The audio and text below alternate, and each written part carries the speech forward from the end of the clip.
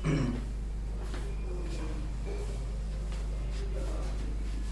Afternoon students. कल हम लोगों ने एटॉमिक स्ट्रक्चर को ऑनलाइन स्टार्ट किया था और ये तय किया था हमने कि पूरा लेक्चर ऑनलाइन एक ही स्लॉट में पूरा पढ़ा दिया जाएगा, लेकिन वो वीडियो लैग करने लगा, इसकी वजह से बीच में ही लेक्चर को छोड़ना पड़ा।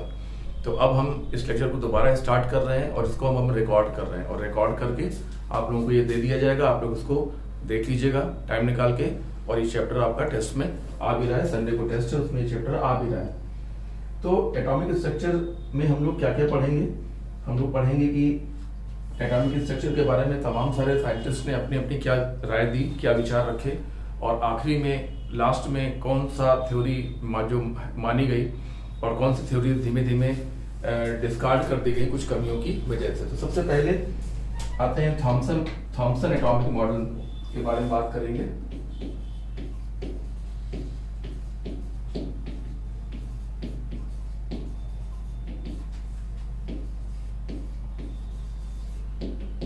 थॉमसन एटॉमिक मॉडल इसलिए महत्वपूर्ण है क्योंकि उन्होंने उस समय ये बातें बोली थी जब एटॉमिक स्ट्रक्चर के बारे में कोई भी साइंटिस्ट अपनी कोई भी राय नहीं दे पा रहा था, कोई भी अपने विचार व्यक्त नहीं कर पा रहा था।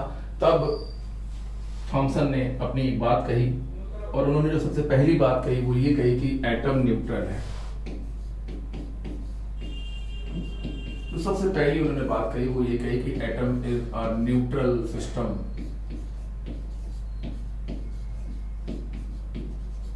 और यानी कि एटम पर जो कुल चार्ज है वो जीरो है, यानी कि एटम में जितना नेगेटिव चार्ज है उतना ही पॉजिटिव चार्ज है, ऐसा उन्होंने कहा। उन्होंने दूसरी बात ये कही कि एटम किस तरीके का है। तो उन्होंने कहा कि एटम एक तरबूज के तरीके का है, वाटरमेलन के तरीके का है, जिसमें पॉजिटिव चार्ज पूरे वॉल्यूम में बिल्कुल यूनिफॉर्मली फैला हुआ है।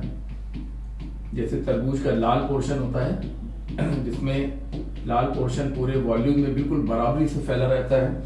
और उन्होंने कहा कि जो इलेक्ट्रॉन हैं, जो नेगेटिव चार्ज पार्टिकल्स हैं, वो बीच बीच में वैसे ही धसे हुए हैं, रखे हुए हैं, धसे हुए हैं जैसे तरबूज के बीज, वाटरमेलन के जो सीड्स होते हैं, जो बीज होते हैं, वो जैसे धसे हुए हैं वैसे ही नेगेटिव इलेक्ट्रॉन्स धसे हुए हैं।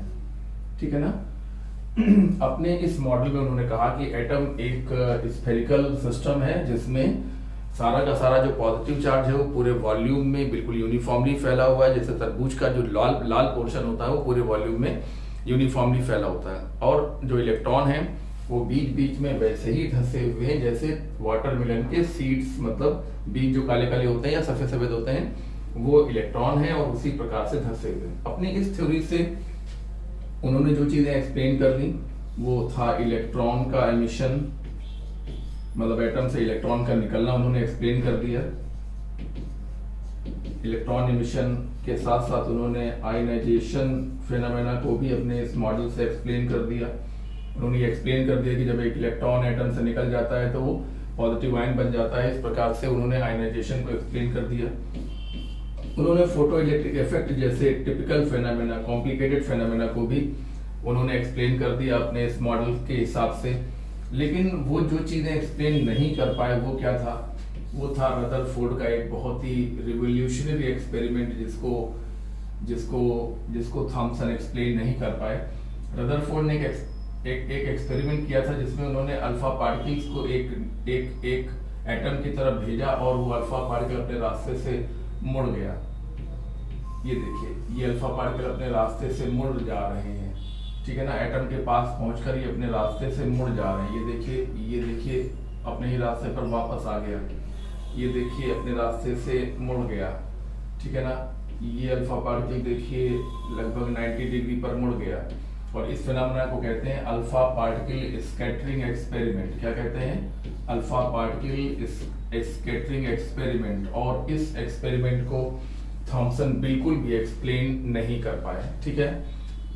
साथ ही साथ वो ये बात एक्सप्लेन नहीं कर पाए कि एटम से आने वाला रेडिएशन स्पेक्ट्रोमीटर स्क्रीन पर जो स्पेक्ट्रम बनाता है स्पेक्ट्रोमीटर स्क्रीन पर जो स्पेक्ट्रम बनाता है उसमें ये लाइनें क्यों पाई जाती हैं, वो इस बात को एक्सप्लेन नहीं कर पाए।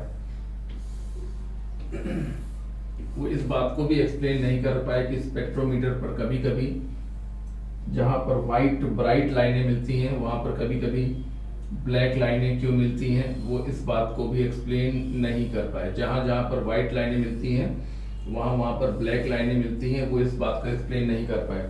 इसे कहते हैं एमिशन स्पेक्ट्रम और इसे कहते हैं एब्जॉर्प्शन स्पेक्ट्रम। एमिशन स्पेक्ट्रम और एब्जॉर्प्शन स्पेक्ट्रम के बारे में हम लोग जब बोर्ड्स का मॉडल पढ़ेंगे तब इसके बारे में डिटेल में हम लोग बात करेंगे। अभी तो लोग ये समझ लो कि एटम के पास अगर एक स्पेक्ट्रोमीटर रख दिया जाए, स्पेक्ट्रोमीटर एक मशीन होती है जिसमें एक स्क्रीन होती है, तो अगर उसके अंदर कोई फोटोन जाता है तो वो फोटोन जो जाता है वो एक लाइन, ये स्पेक्ट्रोमीटर उसके लिए एक लाइन बना देता है और ये दिखाता है कि मेरे पास एक मेरे अंदर एक फोटोन आया।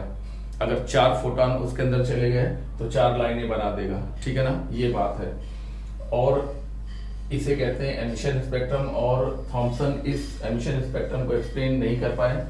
और कभी कभी क्या पाया गया कि स्पेक्ट्रोमीटर की व्हाइट स्क्रीन पर कभी कभी ब्लैक लाइनें बनती हुई पाई गई, जिसे एब्जॉर्प्शन स्पेक्ट्रम कहा गया। ये ब्लैक स्क्रीन पर व्हाइट लाइनें बनती हैं, इसे एमिशन स्पेक्ट्रम कहते हैं, और ये व्हाइट स्क्रीन पर ब्लैक लाइंस बनती हैं, इसे हम लोग एब्जॉर्प्शन स्पेक्ट्रम कहते हैं। Thomson emission spectrum absorption spectrum को एक्सप्लेन नहीं कर पाए और वो रदरफोर्ड के alpha particle experiment, alpha particle scattering experiment को भी एक्सप्लेन नहीं कर पाए। इसकी वजह से इस मॉडल को छोड़ दिया गया, इसको डिस्कार्ड कर दिया गया। ये बहुत सारी बातों को एक्सप्लेन नहीं कर पा रहा था। तो अब आते हैं रदरफोर्ड एटॉमिक मॉडल और सबसे पहले पढ़ेंगे रदरफोर्ड का अल्फा पार्टिकल स्कैटरिंग एक्सपेरिमेंट। जब उन्होंने गोल्ड के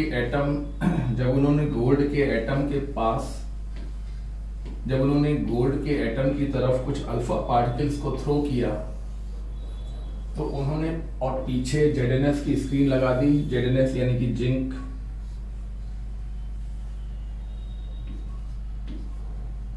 सल्फेट की पॉलिश की हुई जब स्क्रीन लगा दी और जब उन्होंने अल्फा पार्टिकल को इसकी तरफ भेजा तो उन्होंने क्या पाया कि ज्यादातर अल्फा पार्टिकल बिल्कुल भी डेविएट नहीं हुए, सीधे जाकर स्क्रीन पर टकरा गए।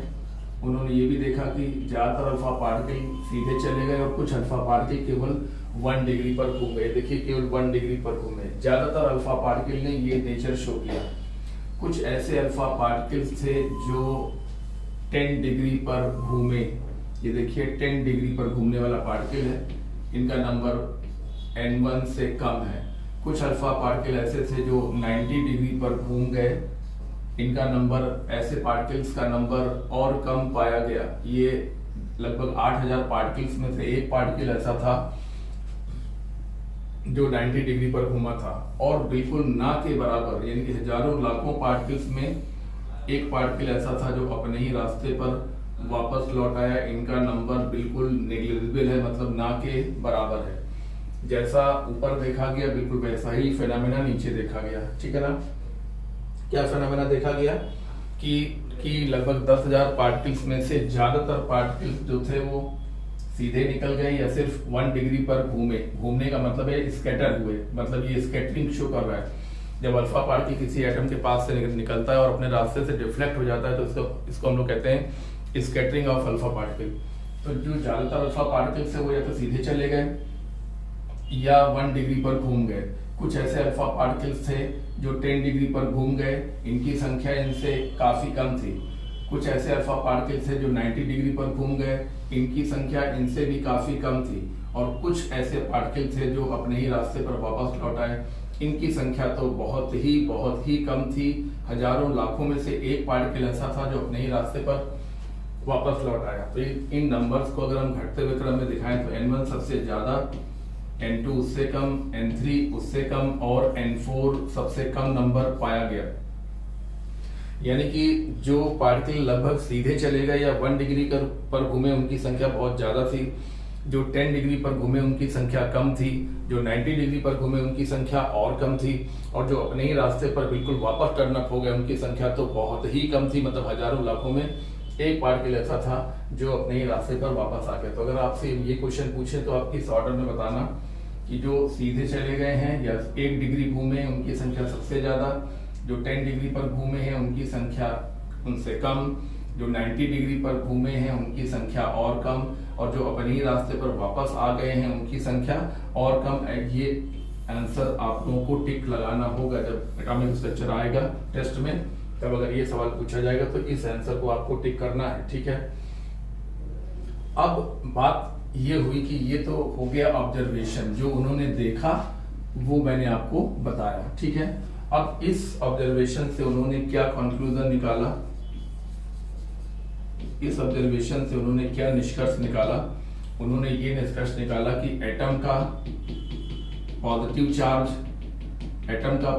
चार्ज और लगभग सारा मास, एटम का पॉजिटिव चार्ज और लगभग सारा मास एटम के सेंटर पर बहुत ही छोटे से वॉल्यूम में समाया हुआ है। क्या निष्कर्ष निकाला? कि एटम का सारा पॉजिटिव चार्ज और लगभग सारा मास, all positive charge and approximately all mass is concentrated at the center of atom called nucleus। उन्होंने उसको न्यूक्लियस नाम दिया। 2-3 बार सुन लीजिए। उन्होंने कहा कि उन्होंने ये निष्कर्ष निकाला कि एटम का सारा पॉजिटिव चार्ज और लगभग सारा मास एक बहुत ही छोटे से वॉल्यूम में रखा हुआ है जो एटम के सेंटर पर है, और जिसका नाम उन्होंने दिया न्यूक्लियस ऑफ एटम। न्यूक्लियस की पॉजिटिव चार्ज डेंसिटी और मास डेंसिटी बहुत ज्यादा है। न्यूक्लियस की पॉजिटिव चार्ज डेंसिटी बहुत ज्यादा है क्योंकि उसका वॉल्यूम एटम की साइज की तुलना में बहुत कम है, ठीक है ना। न्यूक्लियस का पॉजिटिव चार्ज डेंसिटी बहुत ज्यादा है क्योंकि इसका वॉल्यूम बहुत कम है, और इसीलिए इसके अंदर इतनी ताकत है कि वो अल्फा पार्टिकल को अपने रास्ते से मोड़ देता है। क्योंकि अल्फा पार्टिकल कैसा चार्ज है? अल्फा पार्टिकल का चार्ज 2 प्रोटॉनों के मास के बराबर होता है, और ये भी पॉजिटिव और ये भी पॉजिटिव, इसलिए ये इसको रिपेल करता है। तो जब अल्फा पार्टिकल इसके पास से गुजरता है तो उस पर एक फोर्स लगा देता है न्यूक्लियस, उस पर फोर्स लगा देता है और उसको अपने रास्ते से मोड़ देता है, और इस घटना को हम लोग कहते हैं अल्फा पार्टिकल स्कैटरिंग हो रही है।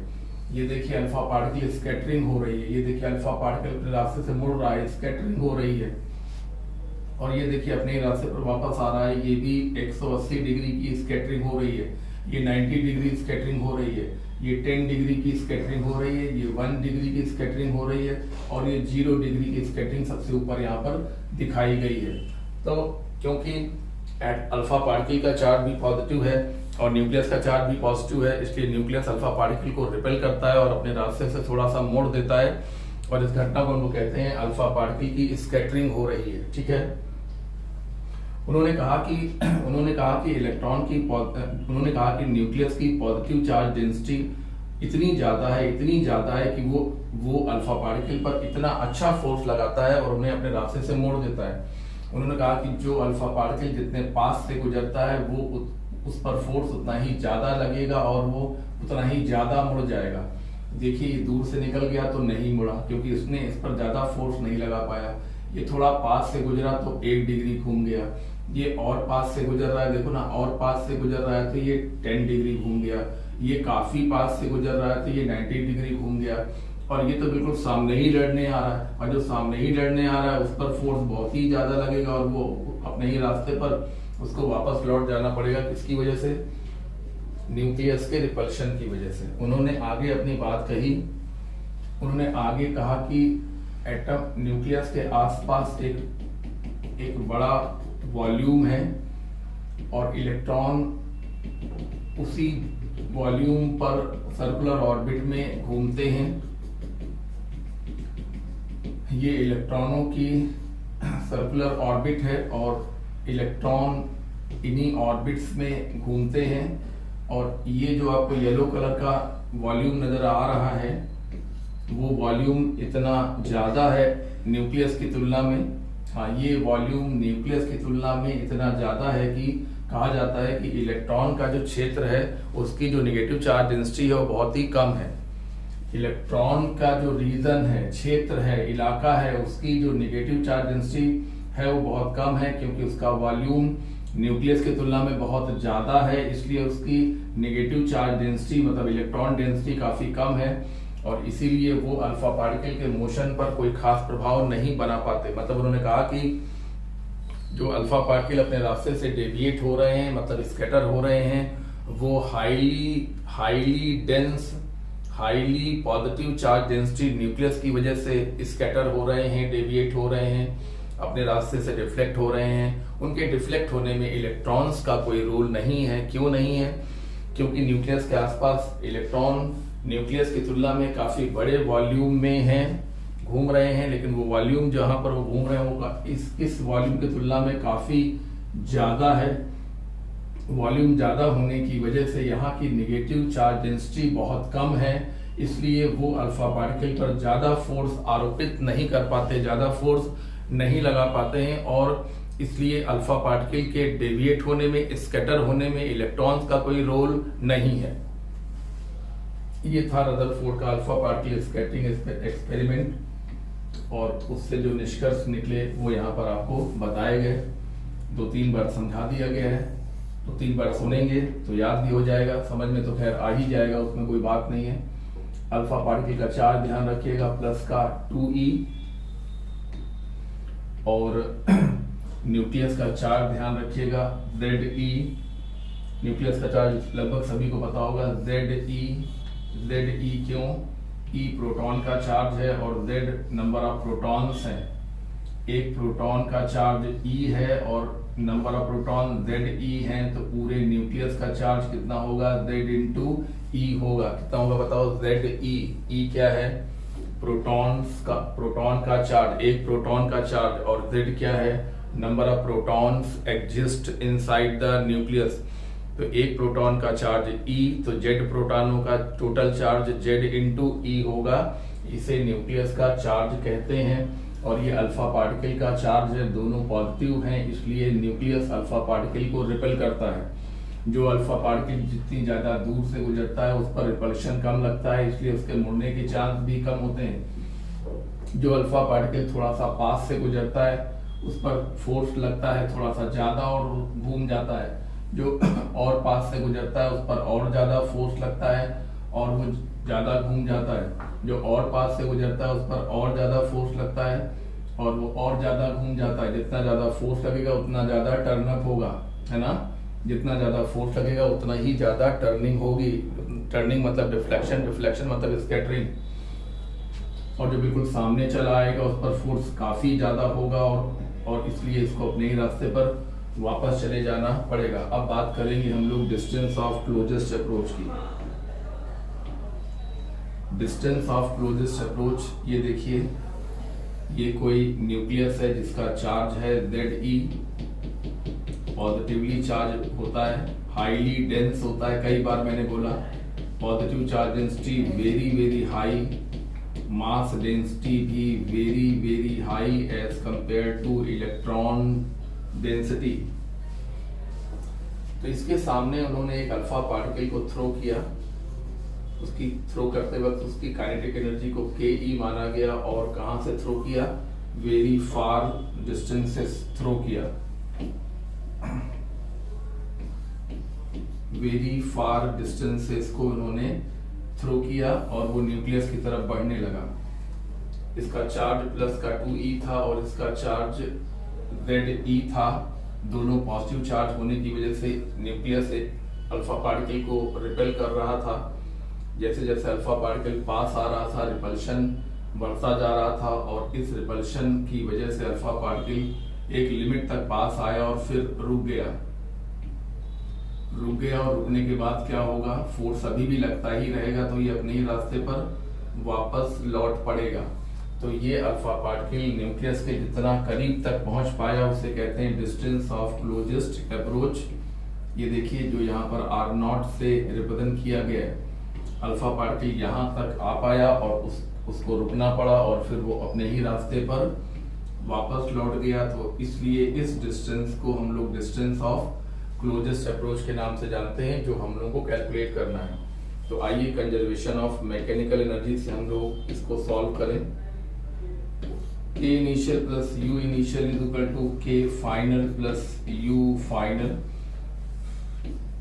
K initial KE लिखा, देखिए ये लिखा हुआ है, यू इनिशियल वेरी फार होने की वजह से 0, के फाइनल देखिए 0 और u final 1/4 pi epsilon naught ZE nucleus का चार्ज और 2E अल्फा पार्टिकल का चार्ज अपॉन बीच की दूरी R0। ये देखिए ये दूरी R0।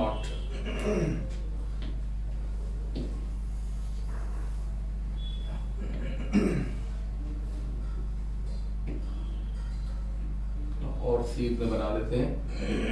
ये अल्फा पार्टिकल है, इसको हमने यहाँ से प्रोजेक्ट किया, बहुत हाई काइनेटिक एनर्जी से इसको हमने प्रोजेक्ट किया। इसका चार्ज था 2E, चार्ज पॉजिटिव होने की वजह से पॉजिटिव चार्ज न्यूक्लियस ने इसको रिपेल किया। जैसे जैसे दूरी कम होती गई रिपल्शन फोर्स बढ़ता गया और एक ऐसी कंडीशन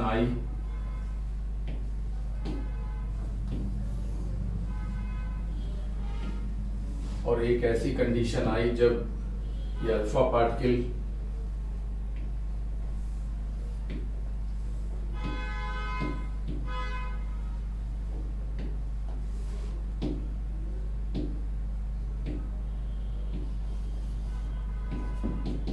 चार्ज 2E इसको थ्रो किया गया, काफी दूर से थ्रो किया गया। ये अल्फा पार्टिकल है, ये देखिए ये भी पॉजिटिवली चार्ज, ये भी पॉजिटिवली चार्ज है, तो न्यूक्लियस इसको लगातार रिपेल कर रहा है और दूरी जितनी कम होती जा रही रिपल्शन उतना ही बढ़ता जा रहा है। यहाँ आते आते अल्फा पार्टिकल रुक गया और रुकने के बाद वो लौट पड़ा क्योंकि उस पर अभी भी फोर्स लगा रहा था न्यूक्लियस और अपने ही रास्ते पर वो वापस चला गया। इस दूरी को डिस्टेंस ऑफ क्लोजेस्ट अप्रोच कहा जाता है जो हम लोग कैलकुलेट कर रहे हैं। तो kinetic energy 1/4 pi epsilon naught 2ZE square by R0, इसलिए distance of closest approach is equal to 1/4 pi epsilon naught. ध्यान से देख रहे हैं ना, 2ZE square upon kinetic energy, ठीक है ना। इस फॉर्मूले से ये कंक्लूजन निकल आया कि जो डिस्टेंस ऑफ क्लोजेस्ट अप्रोच है वो अल्फा पार्टिकल की काइनेटिक एनर्जी के इन्वर्सली प्रोपोर्शनल है। ये प्रोपोर्शनलिटी का निशान है और ये इन्वर्सली प्रोपोर्शन लिख के दिखाया गया है। इसका मतलब ये हुआ कि इलेक्ट्रॉन की काइनेटिक एनर्जी जितनी ज़्यादा, अल्फा पार्टिकल की काइनेटिक एनर्जी जितनी ज़्यादा रखी जाएगी, डिस्टेंस ऑफ क्लोजेस्ट अप्रोच उतना ही कम होगा। इलेक्ट्रॉन को जितनी ज़्यादा काइनेटिक एनर्जी से हम थ्रो करेंगे वो न्यूक्लियस के उतना ही पास तक पहुंच जाएगा, मतलब डिस्टेंस ऑफ क्लोजेस्ट अप्रोच उतनी ही कम होगी। तो काइनेटिक एनर्जी बढ़ाने पर अल्फा पार्टिकल की या किसी भी पॉजिटिवली चार्ज पार्टिकल की काइनेटिक एनर्जी बढ़ाने पर डिस्टेंस ऑफ क्लोजेस्ट अप्रोच घटेगा, क्योंकि हाई काइनेटिक एनर्जी वाला पॉजिटिव पार्टिकल न्यूक्लियस के ज्यादा करीब तक पहुंच पाएगा। ये ग्राफ है, इंपॉर्टेंट ग्राफ है। डिस्टेंस ऑफ क्लोजेस्ट अप्रोच का क्वेश्चन बिल्कुल इंपॉर्टेंट है, बहुत ज्यादा इंपॉर्टेंट है।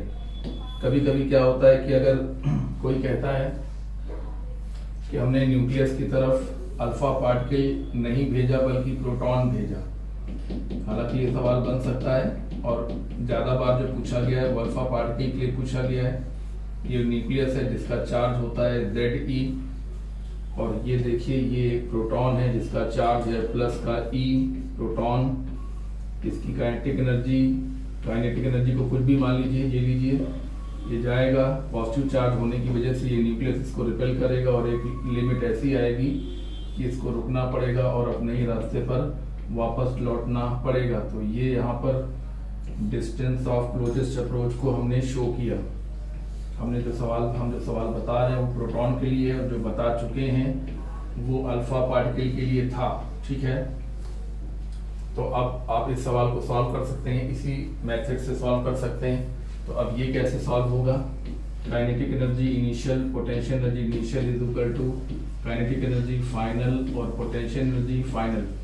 तो के इनिशियल ले लीजिए KE और यू इनिशियल वेरी फार होने की वजह से 0 और के फाइनल इज इक्वल टू 0 क्योंकि पार्टिकल फाइनली यहाँ पर रुक गया और u final is equal to 1/4 pi epsilon naught ZE nucleus का चार्ज है और प्लस E प्रोटॉन का चार्ज है अपॉन आर नॉट। तो इस बार आर नॉट का आंसर क्या आया? इस बार r naught is equal to आ गया 1/4πε0 ZE² बाई काइनेटिक एनर्जी। तो ये आंसर क्यों बदल गया? क्योंकि अल्फा पार्टिकल का चार्ज 2e होता है, जबकि प्लस का 2e होता है, जबकि प्रोटॉन का चार्ज प्लस का e होता है, इसीलिए रिजल्ट में अंतर आ जाएगा।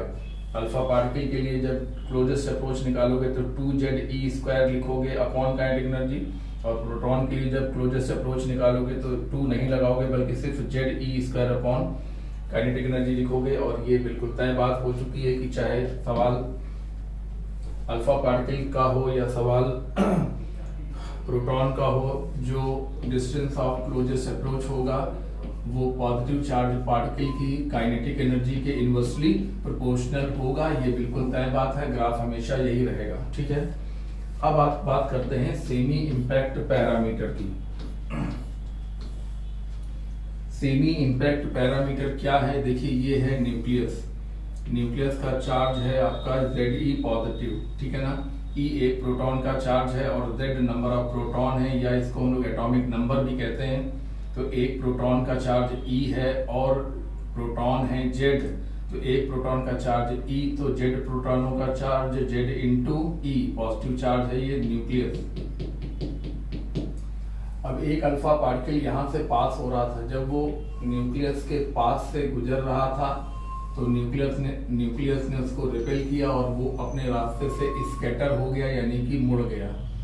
ठीक है ना। अगर ये ना मुड़ता तो कैसे जाता? बिल्कुल सीधे जाता। तो इस एंगल को कहते हैं एंगल ऑफ स्कैटरिंग। अगर वो ना मुड़ता तो सीधे जाता, लेकिन न्यूक्लियस के रिपल्शन की वजह से उसे मुड़ना पड़ा और वो अपने ओरिजिनल रास्ते से जितने डिग्री घूम गया उसे कहते हैं एंगल ऑफ स्कैटरिंग। और इस लाइन और न्यूक्लियस के सेंटर के बीच की दूरी को कहते हैं सेमी इंपैक्ट पैरामीटर। यहां से यहां तक की दूरी को कहते हैं semi impact parameter. Semi impact parameter कैसे फाइंड किया जाएगा? इस प्रकार से फाइंड किया जाएगा। उसके लिए एक अल्फा पार्टिकल और ले लीजिए जिसको हेड ऑन थ्रो करवा दीजिए। जो बिल्कुल हेड ऑन मतलब सेंटर टू सेंटर सीध में जाएगा वो रुकेगा और अपने ही रास्ते पर वापस लौटेगा। जो अल्फा पार्टिकल न्यूक्लियस के सेंटर की तरफ जा रहा होगा वही रुककर अपने रास्ते से पर वापस लौटेगा। और इसे हम लोग कहते हैं डिस्टेंस ऑफ क्लोजेस्ट अप्रोच। ये रहा, देखिए डिस्टेंस ऑफ क्लोजेस्ट अप्रोच। तो P एंगल ऑफ स्कैटरिंग है, ये सेमी इंपैक्ट पैरामीटर है, ये डिस्टेंस ऑफ क्लोजेस्ट अप्रोच है। और डिस्टेंस ऑफ क्लोजेस्ट अप्रोच की हेल्प से हम लोग सेमी इंपैक्ट पैरामीटर को फाइंड करते हैं। फार्मूला निकल के आता है R0/2 cot phi/2। अगर आपको कॉट की वैल्यूज कठिन लगती हैं तो तुम लोग ऐसा करोगे कि 1/10 phi/2 को तैयार कर लोगे और आपका क्वेश्चन सॉल्व हो जाएगा। सेमी इंपैक्ट पैरामीटर के ये दोनों फॉर्मूले तैयार रखिए, ठीक है ना। तो सेमी इंपैक्ट पैरामीटर निकालने का फार्मूला है distance of closest approach by 2 कर देना और अपॉन में 10 phi/2 कर देना। 10 phi क्या है? phi एंगल ऑफ स्कैटरिंग है। R0 क्या है? डिस्टेंस ऑफ क्लोजेस्ट अप्रोच है। और P क्या है? P ये है सेमी इंपैक्ट, ये सेंटर से यहां तक, ये देखिए सेमी इंपैक्ट पैरामीटर है। ठीक है भाई, यहां तक समझ में आ रहा है। हमने डिस्टेंस ऑफ क्लोजेस्ट अप्रोच का तो डेरिवेशन दिया है, लेकिन सेमी इंपैक्ट पैरामीटर का डेरिवेशन हमने नहीं दिया है, क्योंकि ये डेरिवेशन आपके काम ज्यादा नहीं आएगा। ये डेरिवेशन तो आपके बहुत काम आएगा, क्योंकि ये कंजर्वेशन ऑफ मैकेनिकल एनर्जी है, जबकि इसको निकालने के लिए हम लोग ज्योमेट्री वगैरह इस्तेमाल करते हैं, जिसकी आपको ज्यादा आवश्यकता नहीं है। इसलिए आप इसके डेरिवेशन को समझने का प्रयास मत करिए, ठीक है ना। ये जरूरी था तो बता दिया आपके लिए, और ये इसका डेरिवेशन बिल्कुल जरूरी नहीं है। इस फॉर्मूले को ध्यान रखिए और अपने सवालों को तुरंत सॉल्व कर लीजिए। वो सवाल जिसमें आपको सेमी इंपैक्ट पैरामीटर निकालना हो, वो सवाल इससे सॉल्व कर लीजिए। मान लीजिए 60 डिग्री घूम गया, अल्फा पार्टिकल कितने डिग्री घूम गया? बोलो 60 डिग्री घूम गया। तो यहाँ पर 10 60/2 10 30 10 30 मतलब 1/√3 कहाँ चला जाएगा, ऊपर, तो √3 r0/2 आंसर आ जाएगा। कितना आ जाएगा, √2 r0/3। मान लीजिए कोई अल्फा पार्टिकल 120 डिग्री घूम गया। बताइए ऐसा हो सकता है कि नहीं हो सकता, बताइए हो सकता है कि नहीं हो सकता, बोलिए अपने आप बोलिए, हो सकता है नहीं हो सकता, बिल्कुल हो सकता है। जब पार्टिकल अपने रास्ते पर 180 डिग्री टर्न अप हो सकता है तो वो अपने ओरिजिनल रास्ते से 120 डिग्री भी टर्न अप हो सकता है। तो इस सवाल में सेमी इंपैक्ट पैरामीटर कैसे आएगा, इस सवाल में सेमी इंपैक्ट पैरामीटर क्या होगा, केवल इतना होगा। देखो इतना देख रहे हैं ना, ये अल्फा पार्टिकल इस रास्ते पर जा रहा था और ये न्यूक्लियस का सेंटर है। तो अल्फा पार्टिकल जिस रास्ते पर जा रहा था और घूम गया, और जिस रास्ते पर जा रहा था उस रास्ते और न्यूक्लियस के सेंटर के बीच की दूरी को, ये दूरी जो हम बनाने जा रहे हैं, देखिए ब्लू से, ये देखिए इस दूरी को हमेशा कहते हैं सेमी इंपैक्ट पैरामीटर। तो इस वाले एक्सपेरिमेंट के लिए सेमी इंपैक्ट पैरामीटर यहाँ से लेके यहाँ तक सेंटर तक पूरा, वहां से सेंटर तक, और इस एक्सपेरिमेंट के लिए यहाँ से सेंटर तक, ये है सेमी इंपैक्ट पैरामीटर। तो इस सवाल में सेमी इंपैक्ट पैरामीटर कैसे आएगा, तो यहाँ पर लिखेंगे r0/2 10 120/2, 10 120/2 मतलब 1060 मतलब √3, समझ रहे हैं ना, 1060 मतलब √3, तो ये हो जाएगा r0/2 √3। इस प्रकार से हम फटाफट अपने सवालों को सॉल्व करते चले जाएंगे। अब हम लोग बात करेंगे कि इस मॉडल में ऐसी क्या कमियां रह गई। ये रदरफोर्ड के एक्सपेरिमेंट हैं और रदरफोर्ड ने अपने एक्सपेरिमेंट के बाद बहुत सारी बातें बताई, और इस मॉडल में क्या डिमेरिट्स रह गई, आइए उसको डिस्कस कर लेते हैं।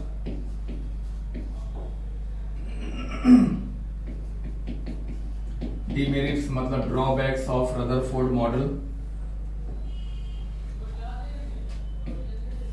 वो बहुत अच्छी तरह से ये एक्सप्लेन नहीं कर पाए कि न्यूक्लियस के आसपास जो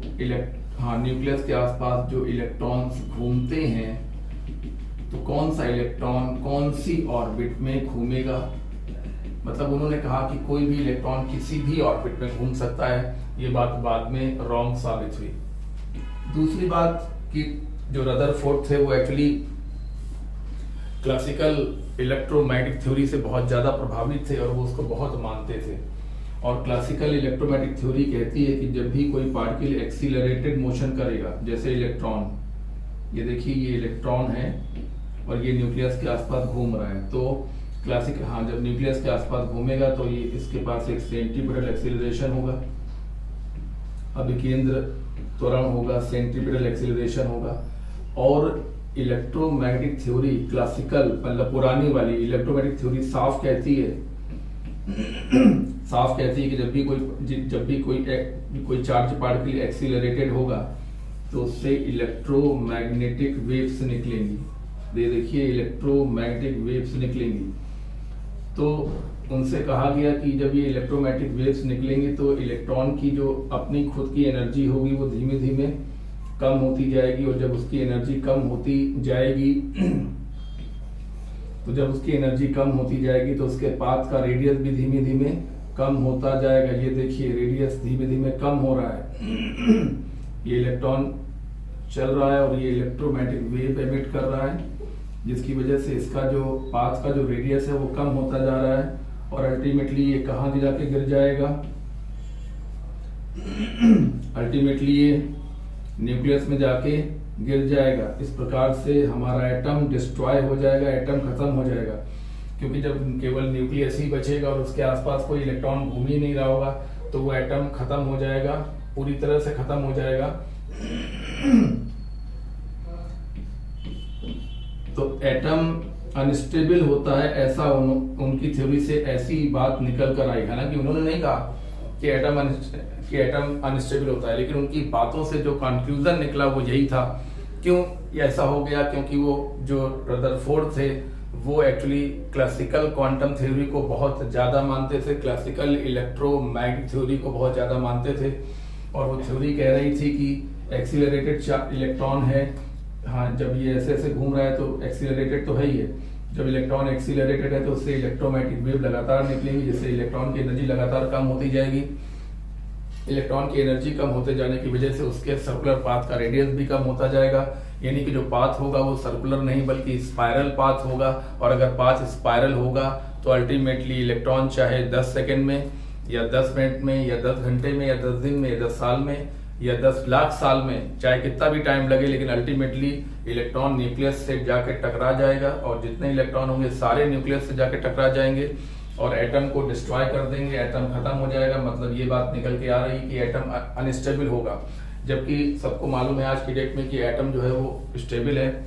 इस दुनिया में जितने भी, इस ब्रह्मांड में जितने भी एटम हैं वो बदल तो सकते हैं पर कभी खत्म नहीं हो सकते। बदल तो सकते हैं, जैसे यूरेनियम अल्फा पार्टिकल निकाल के दूसरे रेडिएटिव एलिमेंट के नाम से जाना जाएगा, बीटा पार्टिकल निकाल देगा तो उसका रूप बदल जाएगा, उसका नाम भी बदल जाएगा, ठीक है ना, लेकिन वो कभी खत्म नहीं होगा। तो एटम अपना रूप बदल सकता है, अपना नाम बदलवा सकता है, पीरियोडिक टेबल में अपना स्थान बदलवा सकता है, लेकिन कभी डिस्ट्रॉय नहीं हो सकता।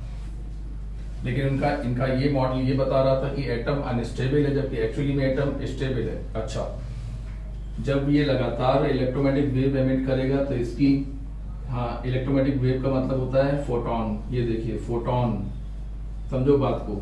जब ये लगातार फोटोन एमिट करेगा, ये देखिए λ1, λ2, λ3 वेवलेंथ का फोटोन, λ4 वेवलेंथ का फोटोन, λ5 वेवलेंथ का फोटोन एंड सो ऑन, ऐसे लाखों फोटोन वो एमिट करेगा। तो जब एटम के पास कोई स्पेक्ट्रोमीटर रखा जाएगा तो उस पर हर फोटोन की एक लाइन बनेगी। इस प्रकार से इतनी सारी लाइनें बन जाएंगी कि एटम का स्पेक्ट्रम कॉन्टिन्यूअस स्पेक्ट्रम कहलाएगा। कैसा स्पेक्ट्रम कहलाएगा? कॉन्टिन्यूअस स्पेक्ट्रम कहलाएगा। ये लाइनें इतने पास पास क्यों बन रही हैं?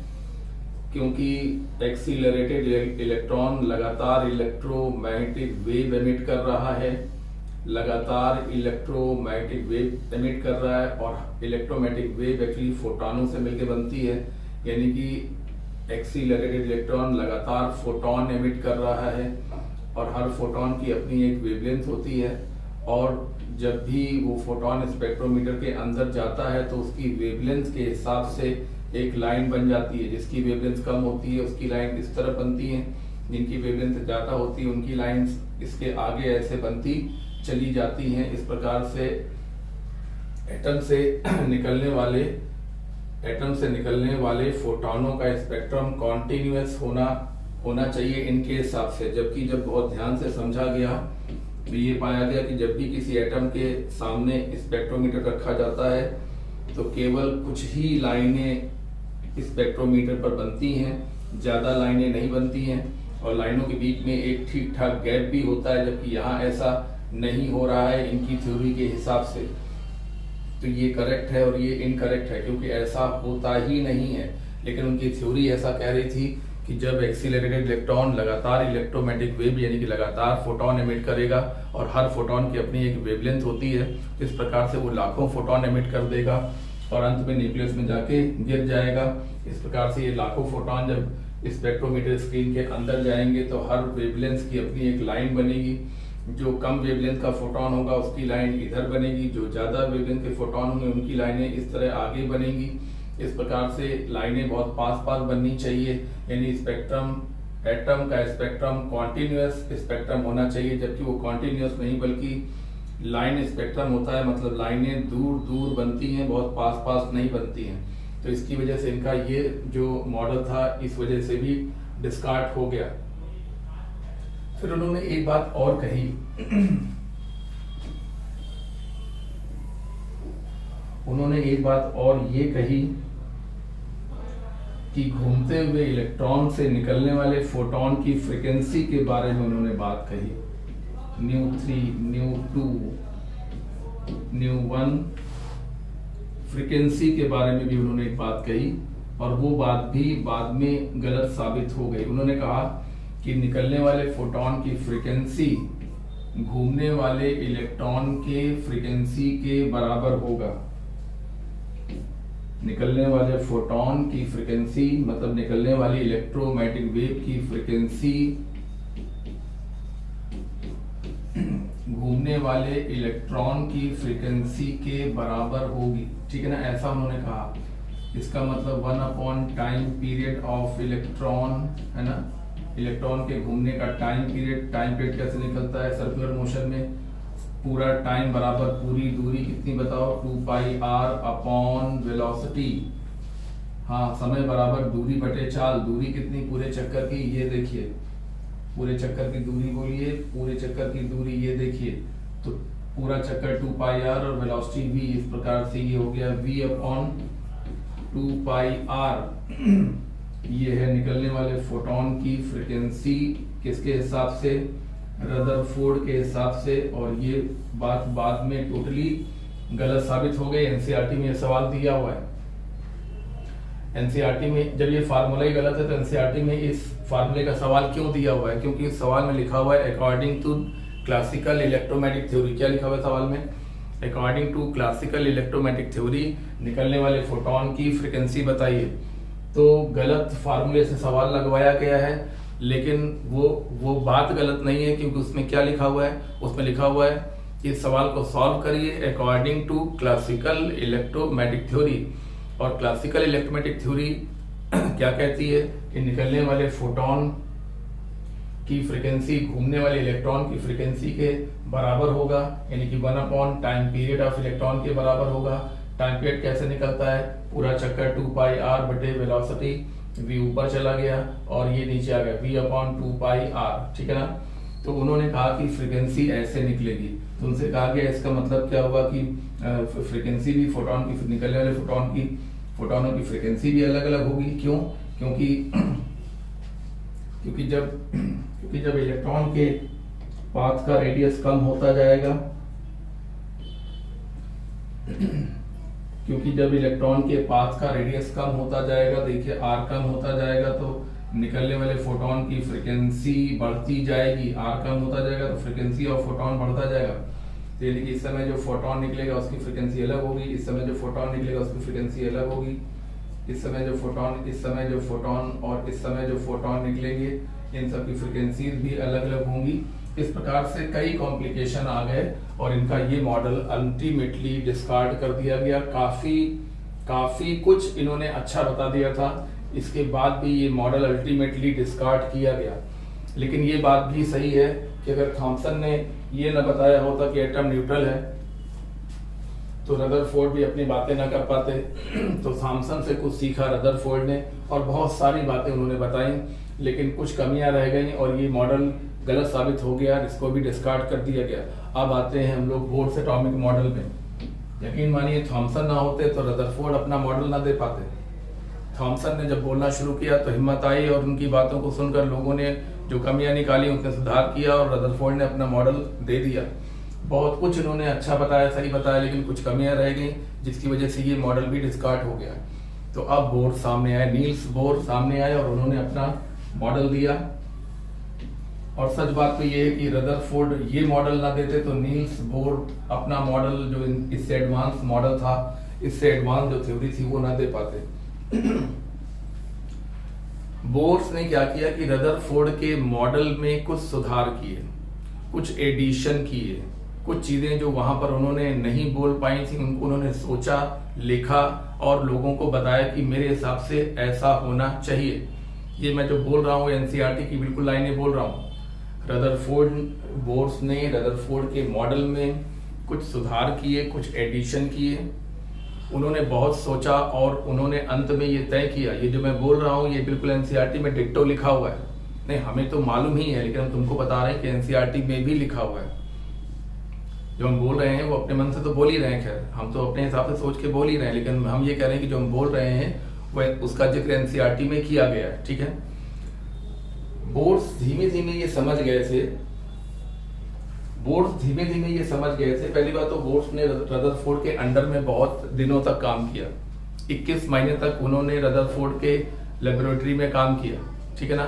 और धीमे धीमे सोचते रहे, रोज उनसे बात करते रहे, सोचते रहे और अल्टीमेटली उन्होंने एक बात पकड़ ली कि जो रदरफोर्ड सर हैं, बोर्स कहते हैं जो रदरफोर्ड सर हैं, उन्होंने क्लासिकल थ्योरी को मानकर बहुत बड़ी गलती कर दी है। बोर्स ने तब स्पष्ट कहना शुरू किया और सोचना शुरू किया, पहले फिर कहना शुरू किया कि जो क्लासिकल इलेक्ट्रोमैग्नेटिक थ्योरी है वो बड़े बड़े फिनोमेना के लिए तो सही है, बड़े बड़े फिनोमेना के लिए तो सही है, लेकिन एटॉमिक स्केल पर वो क्लासिकल इलेक्ट्रोमैग्नेटिक थ्योरी मान्य नहीं है। जबकि रदरफोर्ड क्लासिकल इलेक्ट्रोमैग्नेटिक थ्योरी के हिसाब से ही अपनी बातें कह रहे थे और तभी उनमें कुछ कमियां आ गई। तो रदरफोर्ड के मॉडल में बोर्स ने सुधार किए, कुछ एडिशन किए। बहुत सोचने समझने के बाद उन्होंने ये निष्कर्ष निकाला कि रदरफोर्ड सर ने जो क्लासिकल इलेक्ट्रोमैग्नेटिक थ्योरी के हिसाब से अपना मॉडल प्रस्तुत किया है, इसीलिए उनके मॉडल में कुछ कमियां आ गई हैं। उन्होंने कहा कि जो क्लासिकल इलेक्ट्रोमैग्नेटिक थ्योरी है वो बड़े बड़े फिनोमेना के लिए सही है। बड़े बड़े फिनोमेना से मेरा मतलब ये है कि अगर ये पार्टिकल है और ये इस प्रकार से बड़े सर्किल में चक्कर लगा रहा है, तब तो ये इलेक्ट्रोमैग्नेटिक वेव एमिट करेगा। अगर ये चार्ज पार्टिकल है तो ये देखिए, तब तो ये इलेक्ट्रोमैग्नेटिक वेव एमिट करेगा। ये चार्ज पार्टिकल, ये देखिए, ये इलेक्ट्रोमैग्नेटिक वेव निकालेगा। इलेक्ट्रोमैग्नेटिक वेव का मतलब होता है फोटॉन।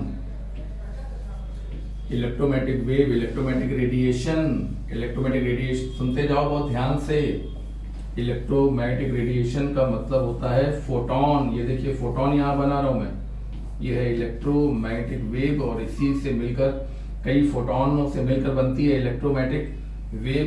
तो उन्होंने कहा कि ये जो इलेक्ट्रोमैग्नेटिक वेव निकलने का फिनोमेना है वो बड़े बड़े एक्सपेरिमेंट के लिए तो सही है, लेकिन एटॉमिक स्केल पर ऐसा नहीं होता। ठीक है ना। तो उन्होंने क्या किया कि क्लासिकल इलेक्ट्रोमैग्नेटिक थ्योरी को नई वाली मतलब कहते हैं क्वांटम इलेक्ट्रोमैग्नेटिक थ्योरी से मिलाकर एक अपना नया मॉडल प्रस्तुत किया। तो बोर्स का जो मॉडल था उसमें कुछ बातें रदरफोर्ड की थी जो क्लासिकल इलेक्ट्रोमैग्नेटिक थ्योरी को मानते हुए, और कुछ बातें क्वांटम इलेक्ट्रोमैग्नेटिक थ्योरी को उन्होंने हाइब्रिड कर दिया, मिला दिया और अपना एक नया मॉडल दिया। ठीक है ना। ये सारी जो लाइनें हैं वो आपको एनसीईआरटी में भी लिखी हुई मिलेंगी। हाँ बिल्कुल डिट्टो ऐसे ही बिल्कुल यही लिखा होगा जो हमने यहाँ लिखा है शॉर्ट में, वो वहां पे डिटेल में लिखा हुआ है, काफी ज्यादा लिखा हुआ है। जिसको हम लोगों ने बड़ी शॉर्ट में पढ़ लिया है वहां पे काफी ज्यादा लिखा हुआ है, काफी कठिन तरीके से भी लिखा हुआ है। आइए, उन्होंने क्या कहा। उनका पहला पार्शुलेट था, बोर्स ने आपको पता होना चाहिए कि 3 पार्शुलेट दिए थे। यही उनके 3 मेन पार्शुलेट थे। मेन 3 ही बातें उन्होंने कही थी और उन्हीं 3 बातों के आधार पर उन्होंने एक बहुत बड़े स्केल पर इस मॉडल को काफी हद तक एक्सप्लेन कर दिया। इसको एटॉमिक स्ट्रक्चर को काफी हद तक बता दिया। उन्होंने कहा कि न्यूक्लियस के आसपास घूमता हुआ इलेक्ट्रॉन एटॉमिक स्केल पर क्योंकि चल रहा है, इसलिए वो इलेक्ट्रोमैग्नेटिक वेव एमिट नहीं करेगा और इसलिए उसकी जो ऑर्बिट होगी वो स्टेबल होगी। उसकी ऑर्बिट अनस्टेबल नहीं होगी, उसकी ऑर्बिट का रेडियस डिक्रीज नहीं करेगा क्योंकि वो इलेक्ट्रोमैग्नेटिक वेव एमिट नहीं करेगा। उनसे कहा कि ऐसा क्यों आप कह रहे हैं? तो उन्होंने कहा कि मैं कई बार कह चुका हूं कि रदरफोर्ड सर ने जो गलती की वो क्लासिकल इलेक्ट्रोमैग्नेटिक थ्योरी के हिसाब से सोचा, जबकि मामला एटॉमिक स्केल का था और classical electromagnetic theory atomic scale पर सही नहीं है। वो सही है बड़े बड़े सर्किल पर जब कोई पार्टिकल घूमता है, जब कोई पार्टिकल इस प्रकार से बड़े पाथ पर घूमता है। लेकिन एटम तो इतना छोटा है कि एटम तो इतना छोटा है कि इसको हम लोगों को देखना पड़ता है, माइक्रोस्कोप्स की मदद से देखना पड़ता है। एटम इतना छोटा होता है और इसी में न्यूक्लियस है और इसी में इलेक्ट्रॉन घूम रहे हैं। तो इतने छोटे लेवल पर आप क्लासिकल इलेक्ट्रोमैग्नेटिक थ्योरी की कल्पना नहीं कर सकते। उन्होंने कहा कि यहाँ पर क्लासिकल इलेक्ट्रोमैग्नेटिक थ्योरी जो इतना बड़ा डायग्राम मैंने बना दिया है वो इस डॉट से भी बहुत बहुत बहुत छोटा है। समझ लीजिए, जो इतना बड़ा मैंने बना दिया है वो इस डॉट से भी बहुत छोटा है एटम। ठीक है ना। तो बताइए, इतने में ही न्यूक्लियस है और इतने में ही इलेक्ट्रॉन आसपास घूम रहे हैं। तो यहाँ पर उन्होंने कहा कि क्लासिकल इलेक्ट्रोमैग्नेटिक थ्योरी काम नहीं करेगी, पुरानी इलेक्ट्रोमैग्नेटिक थ्योरी यहाँ अप्लाई ही नहीं होगी। यहाँ पर नई इलेक्ट्रोमैग्नेटिक थ्योरी अप्लाई होगी जो कहती है कि एटॉमिक स्केल पर घूमते हुए, एटॉमिक स्केल पर न्यूक्लियस के आसपास घूमता हुआ इलेक्ट्रॉन इलेक्ट्रोमैग्नेटिक वेव एमिट नहीं करेगा, मतलब उसकी ऑर्बिट स्टेबल होगी। दूसरी बात उन्होंने कही कि इलेक्ट्रॉन उन्हीं ऑर्बिट में चक्कर लगाएगा, न्यूक्लियस के आसपास घूमता हुआ इलेक्ट्रॉन उन्हीं ऑर्बिट में चक्कर लगाएगा। ये इलेक्ट्रॉन है, इलेक्ट्रॉन उन्हीं ऑर्बिट में चक्कर लगाएगा जिसमें उसका एंगुलर मोमेंटम, जैसे ये nth ऑर्बिट है, जैसे ये फर्स्ट ऑर्बिट है, ये सेकेंड ऑर्बिट है और ये मैंने कह दिया nth ऑर्बिट है, तो इसका जो एंगुलर मोमेंटम होगा वो h/2 का इंटीग्रल मल्टीपल होगा, h/2 का इंटीग्रल मल्टीपल होगा, और जो वो मल्टीपल होगा वो ऑर्बिट नंबर होगा। मल्टीप्लायर क्या होगा बताइए? ऑर्बिट नंबर होगा। इस प्रकार से बहुत फेमस नियम बन गया NH/2। उन्होंने कहा कि इलेक्ट्रॉन उन्हीं ऑर्बिट में घूमेगा जिसमें उसका एंगुलर मोमेंटम h/2 का इंटीग्रल मल्टीपल हो। तो उन्होंने कहा वो इंटीजर क्या होगा, वो इंटीजर क्या होगा, तो उनका वो इंटीजर ऑर्बिट नंबर होगा, यानी कि n होगा। तो अगर फोर्थ ऑर्बिट में घूम रहा है तो उसका इलेक्ट्रॉन का एंगुलर मोमेंटम 4h/2 होगा। अगर थर्ड ऑर्बिट में घूम रहा है तो उसका एंगुलर मोमेंटम 3h/2 होगा। इस रूल को कहा जाता है क्वांटाइजेशन ऑफ एंगुलर मोमेंटम, ठीक है ना। सेकंड पोस्टुलेट है बोर का, quantization of angular momentum. Angular momentum quantized होगा, यानी इलेक्ट्रॉन का एंगुलर मोमेंटम या तो 1h/2 होगा। इलेक्ट्रॉन का एंगुलर मोमेंटम, अगर यहाँ इलेक्ट्रॉन घूम रहा है फर्स्ट ऑर्बिट में तो एंगुलर मोमेंटम 1h/2 होगा। अगर वो सेकंड ऑर्बिट में घूम रहा है तो उसका एंगुलर मोमेंटम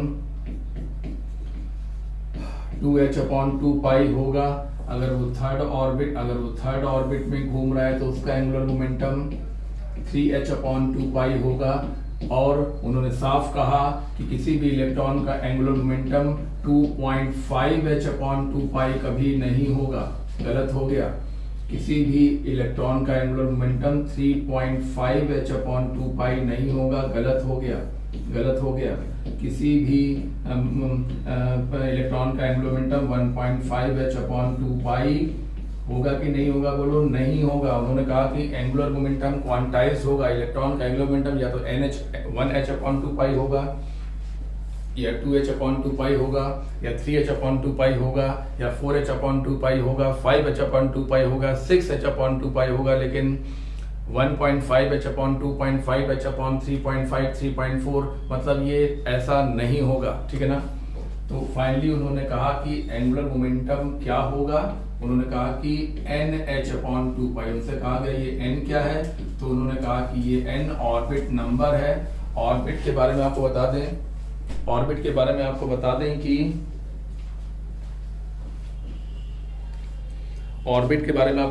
कि ऑर्बिट को हम लोग शेल भी कहते हैं और शेल को हम लोग एनर्जी स्टेट भी कहते हैं। क्या क्या बोलते हैं? बोलो। ऑर्बिट को हम लोग शेल भी कहते हैं और शेल को हम लोग एनर्जी स्टेट भी कहते हैं, ठीक है ना।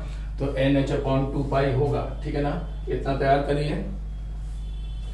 ये कह रहे थे कि जैसे मान लीजिए कि ये फर्स्ट ऑर्बिट में घूम रहा है इलेक्ट्रॉन, आप देखिए ये न्यूक्लियस है और ये इलेक्ट्रॉन फर्स्ट ऑर्बिट में घूम रहा है, तो जो इसका जो एंगुलर मोमेंटम होगा वो 1h/2 होगा। जो सेकंड ऑर्बिट में घूमेगा, ये बोर्ड्स कह रहे हैं कि इसका एंगुलर मोमेंटम 2h/2 होगा।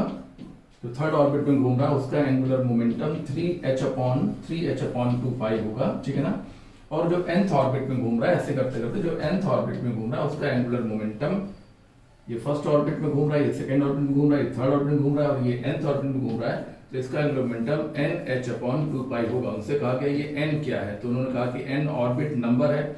और जो हम आपको बता रहे थे कि ऑर्बिट को हम लोग शेल भी कहते हैं और शेल को हम लोग एनर्जी स्टेट भी कहते हैं। एक बार फिर सुन लो, ऑर्बिट को हम लोग शेल भी कहते हैं।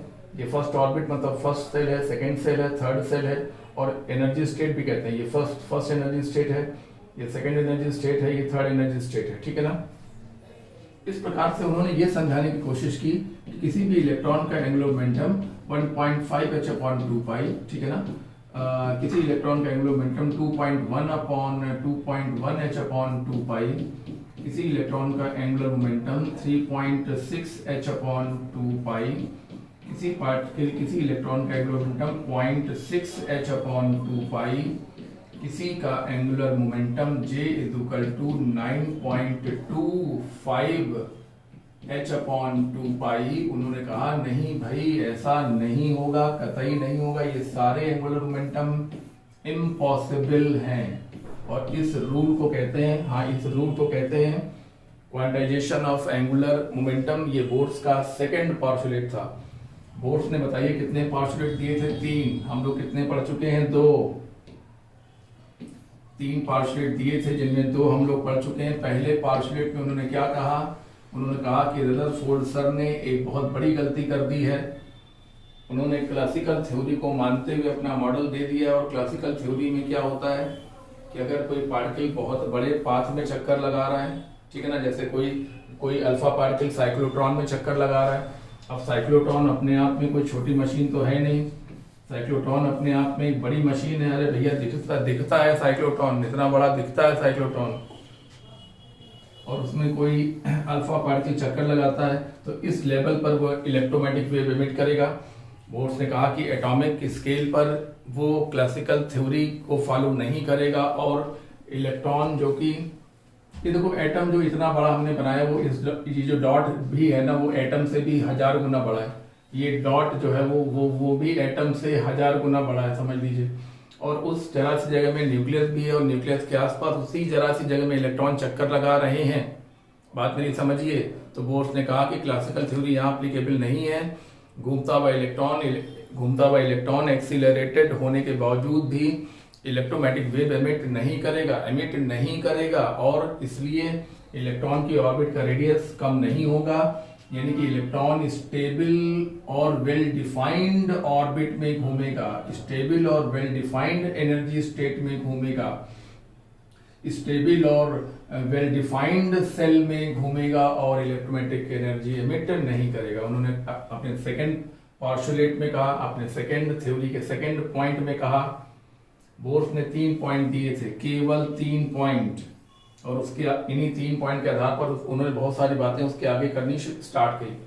उन्होंने कहा कि फर्स्ट ऑर्बिट में घूमता हुआ इलेक्ट्रॉन का angular momentum 1h/2π, second orbit में 2h/2π, थर्ड ऑर्बिट में 3h/2π, और जो इलेक्ट्रॉन nth ऑर्बिट में घूमेगा उसका एंगुलर मोमेंटम n/2π होगा। यहाँ पर n ऑर्बिट नंबर है और h प्लांक कांस्टेंट है, इसकी वैल्यू 6.67 इंटू 10⁻34 होता है। h की वैल्यू आपको हम बता रहे हैं, ठीक है ना, प्लांक कांस्टेंट कहते हैं इसको। तो n/2π होगा। इस रूल को कहते हैं बोर्स का rule of quantization of angular momentum. और उन्होंने तीसरे अपने पार्शुलेट में कहा, जब उनसे कहा गया कि आपने तो इतनी बड़ी बात कह दी कि बोर्स सर की बात को आपने गलत कह दिया, आपने कह दिया कि बोर्स क्लासिकल क्वांटम थ्योरी मानते थे, जबकि एटॉमिक लेवल पर क्लासिकल क्वांटम थ्योरी एप्लीकेबल नहीं है। इतनी बड़ी बात आपने कह दी, तो मुझे ये बताइए कि एटम से फिर फोटॉन क्यों निकलता है? मुझे ये बताइए कि एटम के पास जब स्पेक्ट्रोमीटर रखा जाता है तो ये स्पेक्ट्रल लाइंस क्यों बनती हैं? स्पेक्ट्रल लाइन बन रही है, इसका हाँ, एटम के सामने जब स्पेक्ट्रोमीटर रखा गया तो स्पेक्ट्रोमीटर की स्क्रीन पर 3 या 4 लाइनें बनने लगी। उन्होंने कहा गया ये लाइनें ये बता रही कि स्पेक्ट्रोमीटर के अंदर 3 फोटॉन गए हैं, 3 लाइनें बनी है, मतलब 3 फोटॉन गए हैं जिनकी वेवलेंथ रिस्पेक्टिवली λ1, λ2 और λ3 हैं, और ये लैम्डा इंक्रीजिंग ऑर्डर में है। तुमसे कहा गया ये लाइनें कैसे बन गई? फोटॉन निकलता है तभी तो स्पेक्ट्रोमीटर की स्क्रीन पर लाइनें बनती हैं। तो उन्होंने कहा कि बिल्कुल सही है आपकी बात। उन्होंने कहा कि जब एक इलेक्ट्रॉन वैकेंसी को भरने के लिए हायर लेवल से लोअर लेवल में कूदता है तो वो एनर्जी के डिफरेंस के बराबर एनर्जी का फोटॉन रिलीज करता है, और सिंगल फोटॉन रिलीज करता है, कई फोटॉन रिलीज नहीं करता, सिंगल फोटॉन रिलीज करता है। जैसे मान लीजिए कि ये n2 लेवल है, ये ऑर्बिट नंबर n2 है और ये ऑर्बिट नंबर n1 है। तो उन्होंने कहा कि n2 ऑर्बिट की एनर्जी En2 और n1 ऑर्बिट की एनर्जी En1 के डिफरेंस के बराबर एनर्जी का फोटॉन रिलीज करेगा, यानी कि फोटॉन की एनर्जी कितनी होगी? Energy of n2 orbit minus energy of n1 orbit. Photon की एनर्जी को हम लोग क्या कहते हैं? बोलो hν कहते हैं। इस प्रकार से उन्होंने बहुत बड़ा नियम एक दे दिया, जो नियम इसके पहले कोई नहीं दे पाया था, और ये है frequency rule of Bohr's, Bohr's frequency rule, और ये क्या है, Bohr's quantization of angular momentum का रूल, और ये क्या है, Bohr's stable orbit rule, Bohr's stable orbit rule. घूमता हुआ इलेक्ट्रॉन, उन्होंने कहा घूमता हुआ इलेक्ट्रॉन इलेक्ट्रोमैटिक वेव एमिट नहीं करता, फोटोन एमिट नहीं करता। सेकेंड में उन्होंने कहा कि इलेक्ट्रॉन उन्हीं ऑर्बिट में चक्कर लगाएगा जिनमें उसका एंगुलर मोमेंटम h/2 का इंटीग्रल मल्टीपल होगा। वो मल्टीपल क्या का बताया गया, ऑर्बिट नंबर बताया गया। सब याद करो, सुनो, कई बार याद हो जाएगा। उनसे कहा गया भैया आप मुझे अब ये बताइए कि जब एटम के सामने स्पेक्ट्रोमीटर रखा जाता है तो उस पर 3-4 लाइनें क्यों बन जाती हैं। 3-4 लाइनें बनी, इसका मतलब 3 वैरायटी के फोटोन एटम से निकले होंगे तभी 3 लाइनें बनेगी, और तीनों लाइनें अलग अलग बन रही है, मतलब तीनों की वेवलेंथ अलग अलग है। ऐसा कैसे हो गया। तो उन्होंने कहा कि घूमता हुआ इलेक्ट्रॉन जब हायर ऑर्बिट से लोअर ऑर्बिट में आता है, उनसे कहा गया क्यों आएगा वो।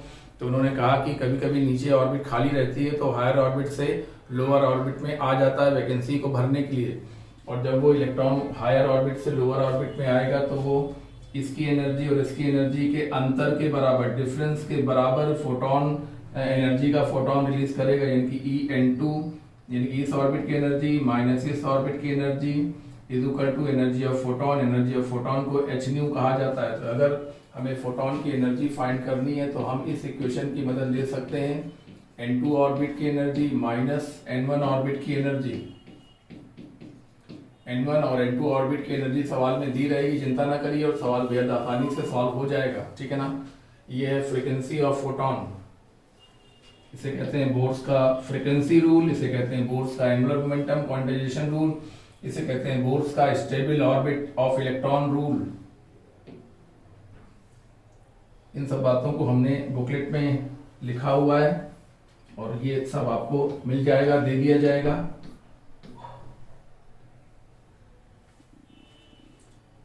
उनसे कहा गया थोड़ी सी आप बात थोड़ी ये कर लीजिए कि आखिरकार न्यूक्लियस के आसपास इलेक्ट्रॉन घूमता कैसे है। तो उन्होंने कहा कि भाई देखिए, इसमें हम कूलम्ब की मदद लेंगे। कूलम्ब ने एक फॉर्मूला दिया हुआ हम लोगों को कि पॉजिटिव चार्ज नेगेटिव चार्ज को अट्रैक्ट करता है। कौन सा फोर्स है बताओ, इलेक्ट्रोस्टैटिक फोर्स है। तो उन्होंने कहा कि इसी इलेक्ट्रोस्टैटिक फोर्स से जरूरी सेंट्रीपिटल फोर्स मिलेगा। बोर्स ने बहुत साइंटिस्ट की हेल्प की थी। रदरफोर्ड ने अगर अपना मॉडल ना दिया होता तो बोर्स अपना मॉडल ना दे पाते, बोर्स कुछ भी ना बोल पाते। बोर्स रदरफोर्ड के सामने आधे भी नहीं, कुछ भी नहीं समझ लो। रदरफोर्ड ने इतनी बातें बता दी थी कि बोर्स ने उन्हीं बातों को आगे बढ़ाया, बहुत सोचा समझा, और जरा सी गलती जो उनकी निकल आई उससे उन्होंने उसको लेकर वो आगे बढ़ गए और उन्होंने एक बहुत बड़ी बात कह दी कि एटॉमिक लेवल पर, एटॉमिक स्केल पर, इतने छोटे स्केल पर, इतने छोटे स्केल पर, कितना छोटा स्केल, आज हम लोगों को एटम का साइज मालूम है। ये देखिए एटम, अगर ये एटम है तो इसका डायमीटर, इसका ये देखिए यहाँ से लेके यहाँ तक की चौड़ाई 10⁻⁻15 मीटर से लेके 10⁻⁻14 मीटर तक होता है। समझ लीजिए, आप समझ नहीं पा रहे हैं क्या लिखा हुआ है, 10⁻⁻15 मीटर लिखा हुआ है। ये इतनी कम लेंथ है, ये इतनी कम लेंथ है जिसकी आप कल्पना भी नहीं कर सकते। ये एटम की चौड़ाई एनसीईआरटी में लिखा हुआ साफ साफ, ये एटम की चौड़ाई है और इतनी ही जगह पर सब कुछ हो रहा है, इतनी ही जगह पर न्यूक्लियस है और इतनी ही जगह में इलेक्ट्रॉन चक्कर लगा रहे हैं। तो बोर्स ने कहा कि एटॉमिक स्केल पर क्लासिकल थ्योरी अप्लाई नहीं होगी। उन्होंने कहा कि घूमता हुआ इलेक्ट्रॉन इलेक्ट्रोमैटिक रेज एमिट नहीं करेगा, एक्सीलरेटेड होने के बावजूद भी इलेक्ट्रोमैटिक वेव यानी कि फोटोन एमिट नहीं करेगा। ये उनका पहला पॉस्टुलेट था। उनका दूसरा पॉस्टुलेट था इलेक्ट्रॉन का एंगुलर मोमेंटम क्वांटाइज रहेगा, यानी किसी भी इलेक्ट्रॉन का एंगुलर मोमेंटम 1.5 h/2π नहीं होगा, 2.6 h/2π नहीं होगा, 3.9 h/2π नहीं होगा, 4.1 h/2π नहीं होगा। उन्होंने कहा कि एंगुलर मोमेंटम nh/2π होगा, जहां पर n एक इंटीजर है। उस इंटीजर को क्या कहते हैं, उस इंटीजर को ऑर्बिट नंबर कहते हैं या शेल नंबर कहते हैं या एनर्जी स्टेट नंबर कहते हैं। उन्होंने कहा कि अगर कोई इलेक्ट्रॉन किसी वजह से 9th ऑर्बिट में घूम रहा है तो उसका एंगुलर मोमेंटम 9h/2 होगा। फर्स्ट ऑर्बिट में घूम रहा है तो 1h/2 होगा। 9th ऑर्बिट में घूमते हुए इलेक्ट्रॉन का एंगुलर मोमेंटम और फर्स्ट ऑर्बिट में घूमते हुए इलेक्ट्रॉन के एंगुलर मोमेंटम में क्या डिफरेंस होगा? तो डिफरेंस होगा 9h/2 माइनस 1h/2 मतलब 8h/2। फिफ्थ ऑर्बिट में घूमते हुए और थर्ड ऑर्बिट में घूमते हुए इलेक्ट्रॉन के एंगुलर मोमेंटम में क्या डिफरेंस होगा? तो डिफरेंस होगा 5h/2 माइनस 3h/2 मतलब 2h/2। 2 से 2 कैंसिल हो जाएगा, h/पाई आंसर आ जाएगा। चेंज इन मतलब डिफरेंस ऑफ एंगुलर मोमेंटम। उन्होंने अपने तीसरे पोस्टुलेट में कहा कि जब फोटॉन एटम्स के अंदर से फोटॉन क्यों निकलता है, तो उन्होंने कहा कि जब इलेक्ट्रॉन किसी वजह से हायर एनर्जी स्टेट से यानी कि हायर ऑर्बिट से यानी कि हायर शेल से लोअर शेल में उतरता है तो वो उन दोनों एनर्जी स्टेट के डिफरेंस के बराबर की एनर्जी का फोटॉन रिलीज करता है। मतलब energy of release photon is equal to E of यानी कि energy of higher orbit minus energy of lower orbit. यानी कि उन्होंने कहा कि energy of photon that is H nu is equal to E2 minus E1। ये higher orbit है और ये लोअर ऑर्बिट है। इसको हम लोग और ठीक से जब लिखते हैं तो कैसे लिखते हैं? एनसीईआरटी में कैसे लिखा हुआ है? ऐसे लिखा हुआ है E initial minus E final. कैसे लिखा हुआ है? E initial minus E final. Initial मतलब हायर ऑर्बिट और फाइनल मतलब लोअर ऑर्बिट। तब वो फोटॉन रिलीज करेगा जिसकी energy E initial minus E final होगा। जिसको और आसानी से समझने के लिए, अगर इसको आप आसान बनाना चाहते हो तो ऐसे ना समझिए, एनसीईआरटी में तो ऐसे लिखा हुआ है, लेकिन ऐसे ना समझिए, ऐसे समझिए energy of N2 orbit minus energy of N1 orbit. मान लो कि 7th ऑर्बिट से 3rd ऑर्बिट में आ गया तो energy of 7th orbit minus energy of 3rd orbit, ये दोनों एनर्जी सवाल में दी रहेगी, घटा देना, एच न्यू के बराबर कर देना, निकलने वाले फोटॉन की फ्रीक्वेंसी आ जाएगी। उनसे कहा गया कि भाई इलेक्ट्रॉन क्यों घूम रहा है, तो उन्होंने कहा कि सेंट्रीपिटल फोर्स बनाने के लिए जो जरूरी अभिकेंद्र बल है वो एक कूलम्बियन फोर्स से मिल रहा है। 1/4πε0 Ze न्यूक्लियस का चार्ज ये लिखा हुआ है और इलेक्ट्रॉन का चार्ज E/r²।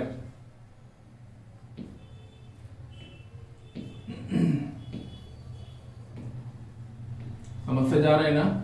r², तो एक r से r को कैंसिल कर दीजिए। इस प्रकार से हम लोग को एक रिजल्ट मिला जो आगे काफी काम आने वाला है। mv²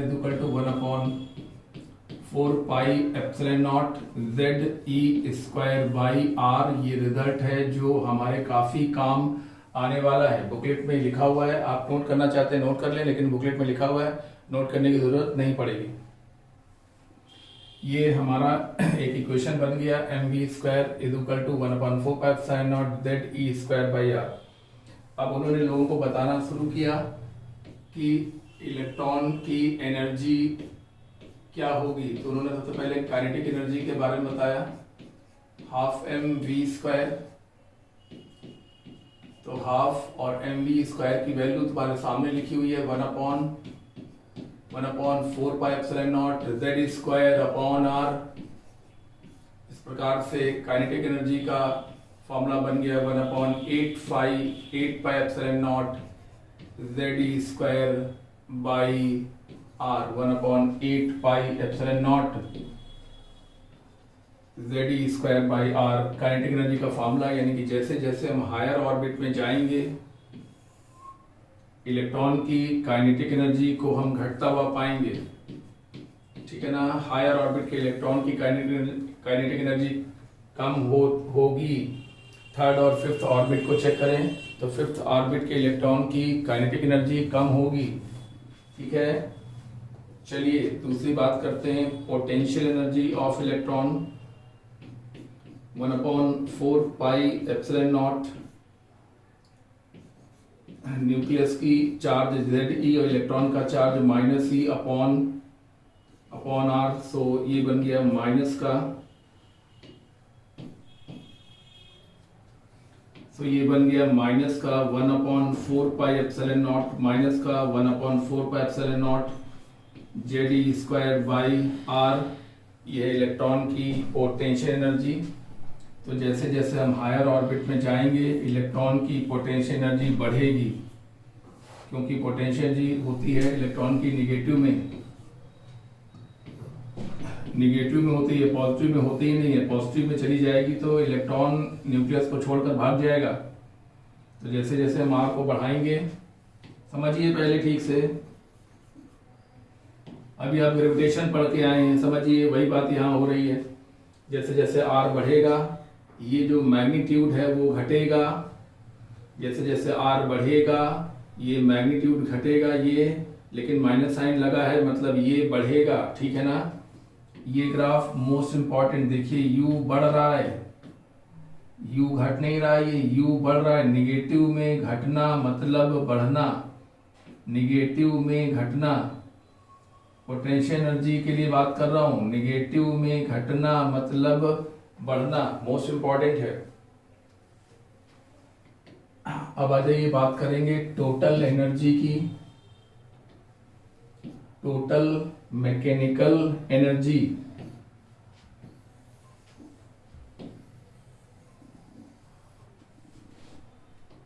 टोटल मैकेनिकल एनर्जी, इसको हम लोग ई से रिप्रेजेंट करेंगे। Kinetic energy plus potential energy होगा 1/8 pi epsilon naught ZE square by R minus 1/4 pi epsilon naught on 4 pi epsilon naught ZE square upon R, ठीक है ना। तो ये आ गया माइनस का 1/8 pi epsilon naught ZE square by R. ये देखिए कितना बढ़िया फार्मूला आ गया। और ये फार्मूला भी हमको बता रहा है कि जैसे जैसे हम हायर ऑर्बिट में जाएंगे वैसे वैसे टोटल एनर्जी बढ़ेगी, निगेटिव में घटना। जैसे जैसे हम हायर ऑर्बिट में जाकर देखेंगे तो आर बढ़ा हुआ होगा, हायर ऑर्बिट में आर ज्यादा होगा, आर ज्यादा होगा तो ये न्यूमेरिकल वैल्यू कम होगी, ये न्यूमेरिकल वैल्यू कम होगी तो लेकिन लगा हुआ है माइनस साइन, तो ये न्यूमेरिकल वैल्यू कम होगी तो ये चीज ज्यादा होगी क्योंकि माइनस साइन लगा हुआ है। तो जैसे जैसे हम हायर ऑर्बिट में जाते हैं इलेक्ट्रॉनों की काइनेटिक एनर्जी कम होती है, पोटेंशियल एनर्जी बढ़ी हुई होती है और टोटल एनर्जी भी बढ़ी हुई होती है। दोबारा सुन लीजिए, जैसे जैसे हम हायर ऑर्बिट में जाते हैं तो हायर ऑर्बिट के इलेक्ट्रॉनों की काइनेटिक एनर्जी कम होती है, पोटेंशियल एनर्जी ज़्यादा होती है, टोटल एनर्जी भी ज़्यादा होती है। पोटेंशियल एनर्जी और टोटल एनर्जी हमेशा नेगेटिव होगा। ये बात साबित करता है कि इलेक्ट्रॉन, हमारा इलेक्ट्रॉन न्यूक्लियस से बाउंडेड है। अगर पोटेंशियल एनर्जी जीरो हो जाए तो समझ जाइए कि इलेक्ट्रॉन न्यूक्लियस को छोड़ चुका है और फ्री इलेक्ट्रॉन में कन्वर्ट हो चुका है। ये बातें हम लोगों ने ग्रेविटेशन में भी की थी। ग्रेविटेशन में हम लोग जब भी पोटेंशियल एनर्जी लिखते थे तो लिखते थे -G(m1m2) अपॉन आर, और हम बार बार तुमसे कहते थे ये माइनस साइन क्या शो कर रहा है, ये माइनस साइन ये शो कर रहा है कि अर्थ हमारी अर्थ सैटेलाइट को अपनी तरफ खींचे हुए और उसको जकड़ के रखे हुए उसको जाने नहीं दे रही है। सैटेलाइट हमारा जो है वो अर्थ से बाउंडेड है। अगर इसकी पोटेंशियल एनर्जी जीरो हो जाएगी, टोटल एनर्जी, अगर इसकी टोटल एनर्जी निगेटिव है तब तो बाउंडेड है, और अगर टोटल एनर्जी जीरो हो गई तो समझ लीजिए कि बंधन खत्म हो गया, बाउंडेशन खत्म हो गया और सैटेलाइट अर्थ की ऑर्बिट में घूमना छोड़कर एस्केप कर जाएगी। ठीक है ना। तो ये सब बातें हैं फिजिक्स के मामले में, कभी कोई एक्सेप्शन नहीं है। ऐसा नहीं होगा कि जो बातें ग्रेविटेशन में सही थी वो यहाँ पर गलत हो जाएंगी। फिजिक्स में कभी ऐसा नहीं होगा। जिस प्रकार से अर्थ के आसपास वहां पर ये डायग्राम बार बार बनता था और वो बहुत बड़ा स्केल हुआ करता था, ये बहुत बड़े स्केल की बात है। अर्थ और मून की बातें हो रही, बताइए सैटेलाइट की बातें हो रही हैं। ये यहाँ पर लागू होगा क्लासिकल इलेक्ट्रोमैग्नेटिक थ्योरी, लेकिन एटॉमिक लेवल पर भी ऐसा ही कुछ होता है। यहाँ पर न्यूक्लियस होता है, यहाँ पे इलेक्ट्रॉन होता है, लेकिन वो इतना कम छोटी जगह पे होता है कि उतने कम स्केल पर क्लासिकल इलेक्ट्रोमैग्नेटिक थ्योरी एप्लीकेबल नहीं होगी। इस प्रकार से हम लोगों ने जो जो बातें सीखी उनको देखें, एक बार रिवाइज करें जरा। हम लोगों ने देखा कि जो टोटल एनर्जी है वो काइनेटिक एनर्जी का माइनस साइन के साथ है, और जो टोटल एनर्जी है वो पोटेंशियल एनर्जी बाई 2 है। मोस्ट इंपॉर्टेंट ये दो लाइनें आपके सामने हैं, ठीक है ना। किसी भी इलेक्ट्रॉन की काइनेटिक एनर्जी में, पोटेंशियल एनर्जी में और टोटल एनर्जी में एक प्रॉपर रिलेशन होता है, ठीक है ना। देखो एक रिलेशन तैयार करो, 10 ना तैयार करो, ठीक है ना, उसी एक से काम चल जाएगा। यही तैयार करो, total energy is equal to minus of kinetic energy, total energy is equal to potential energy by 2। Potential energy दी जाएगी, अपॉन 2 कर देना, टोटल एनर्जी आ जाएगी। टोटल एनर्जी दी जाएगी, इंटू 2 कर देना, पोटेंशियल एनर्जी आ जाएगा। काइनेटिक एनर्जी दी जाएगी, केवल माइनस साइन लगा के बता देना कि टोटल एनर्जी इतनी है। मान लो काइनेटिक एनर्जी 1.5 इलेक्ट्रॉन वोल्ट है, मान लो काइनेटिक एनर्जी 1.5 इलेक्ट्रॉन वोल्ट है, तो total energy minus 1.5 electron volt होगा। काइनेटिक एनर्जी मान लो 13.6 इलेक्ट्रॉन वोल्ट है, कितना है बताइए। काइनेटिक एनर्जी मान लीजिए, काइनेटिक एनर्जी मान लीजिए कि 13.6 इलेक्ट्रॉन वोल्ट है, तो total energy minus 13.6 electron volt होगा, ठीक है ना भाई। एक छोटी सी बात और सुन लीजिए, हालांकि ऐसा सवाल बहुत अच्छा जो सवाल बनाने वाला होगा वही बना सकता है। देखिए वैसे तो अनंत पर, इनफाइनाइट पर, हाँ इनफाइनाइट पर, ये देखिए इनफाइनाइट वाली जगह मैंने यहाँ पर बनाई है। वैसे तो इनफाइनाइट पर पोटेंशियल एनर्जी कितना होता है बताओ, 0 होता है। लेकिन अगर कोई कह दे कि नहीं ऐसा नहीं है, बल्कि कोई कह दे कि इनफाइनाइट पर पोटेंशियल एनर्जी है, तो हमने कहा बताओ फिर है तो कितना है, बताओ कितना है। तो उसने कहा x इलेक्ट्रॉन वोल्ट है, x इलेक्ट्रॉन वोल्ट, ठीक है ना। तो अब ऑर्बिट में घूमते हुए इलेक्ट्रॉन की जो पोटेंशियल एनर्जी होगी वो कितनी होगी,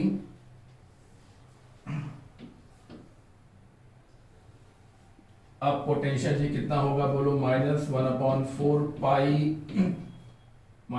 पाई epsilon not ZE² by R लिखते थे ना, और प्लस क्या कर देंगे, x और कर देंगे, बस इतना काम करेंगे।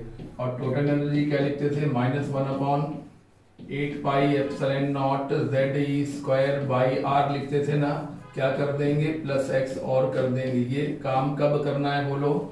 पहली बात तो ये काम बहुत रेयर क्वेश्चंस में होगा, इसलिए हम सोच तो रहे थे कि इसको हम बुकलेट से हटा ही दें इस पॉइंट को। लेकिन फिर हमने ये सोचा कि अगर तुमको कहीं ये सवाल फंस गया तो तुम्हारा सवाल तो गलत हो जाएगा, क्योंकि तुम तो इस फॉर्मूले से आंसर निकाल दोगे जबकि उसमें x और जोड़ा जाएगा, ठीक है ना। इसलिए मैंने इस पॉइंट को बुकलेट में पढ़ा रहने दिया है। अगर इनफाइनाइट की पर पोटेंशियल एनर्जी 0 है तो हमारे जो सिंपल फार्मूले हैं वही लगेंगे, और अगर इनफाइनाइट की पोटेंशियल एनर्जी 0 नहीं है तो आप पूछिए कितनी है, वो बता रहे हैं कि -1 है, तो यहाँ पर प्लस -1 कर दीजिए, प्लस -1 यानी कि -1 हो जाएगा, इसमें -1 हो जाएगा, इसमें भी -1 हो जाएगा, नया आंसर पुराने आंसर से बदल जाएगा, ठीक है भाई। फिर आप कह रहे हैं काइनेटिक एनर्जी में भी जोड़ दीजिए, अरे नहीं भाई समझते नहीं हो,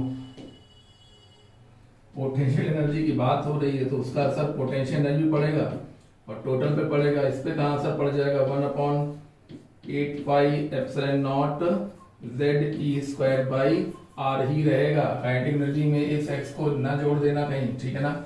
अगर इनफाइनाइट पर potential energy x electron volt है तो यहाँ ऑर्बिट में घूमते हुए इलेक्ट्रॉन की potential energy this plus x और total energy this formula plus x, और काइनेटिक एनर्जी जो फार्मूला था वही रहेगा, उसमें कोई प्लस प्लस नहीं होगा, ठीक है।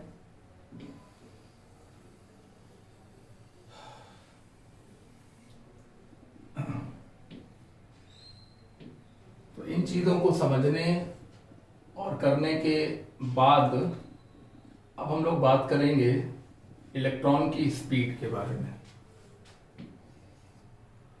ऑर्बिट में घूमते हुए इलेक्ट्रॉन के रेडियस के बारे में भी बात करेंगे, और फिर हम लोग बात करेंगे स्पीड के बारे में, दोनों बातें करेंगे। आइए, हम लोग ये जानते हैं कि mv² जो है वो 1/4 pi epsilon naught Z E square by R के बराबर होता है। ये हम लोगों ने पढ़ा था और हमने कहा भी था कि ये आगे 2-3 बार काम आ जाएगा। अच्छा, और हम लोगों ने ये भी पढ़ा है बोर्ड्स के माध्यम से कि जे बराबर NH/2 पाई। तो यहाँ पर जे को सर्कुलर ऑर्बिट में क्या कहते हैं? MVR कहते हैं, NH/2 पाई। इस प्रकार से V = NH/2 पाई MR, इसको हम लोग इक्वेशन ए में रखना चाहते हैं। हाँ, इक्वेशन ए में जाके रख दीजिए। तो V स्क्वायर का मतलब हो गया N²H²/4 pi square M square R square = 1/4 pi epsilon not ZE² R। हमने इस प्रकार से इसको कर दिया और ये हमारा फॉर्मूला बनने वाला है। देखिए, एक m से एक m की पावर कैंसिल हो गई, एक r से एक r की पावर कैंसिल हो गई, एक पाई से एक पाई की पावर कैंसिल हो गई, 4 से 4 पूरा पूरा कैंसिल हो गया। और अब यहाँ नीचे सिर्फ r बचा, तो यहाँ पर आ गया N²H²/पाई m r। पाई बचा, m बचा, r बचा, और इधर क्या बचा बताइए? इधर बचा ZE², और कुछ यहाँ बचा नहीं, ZE²/एप्सिलॉन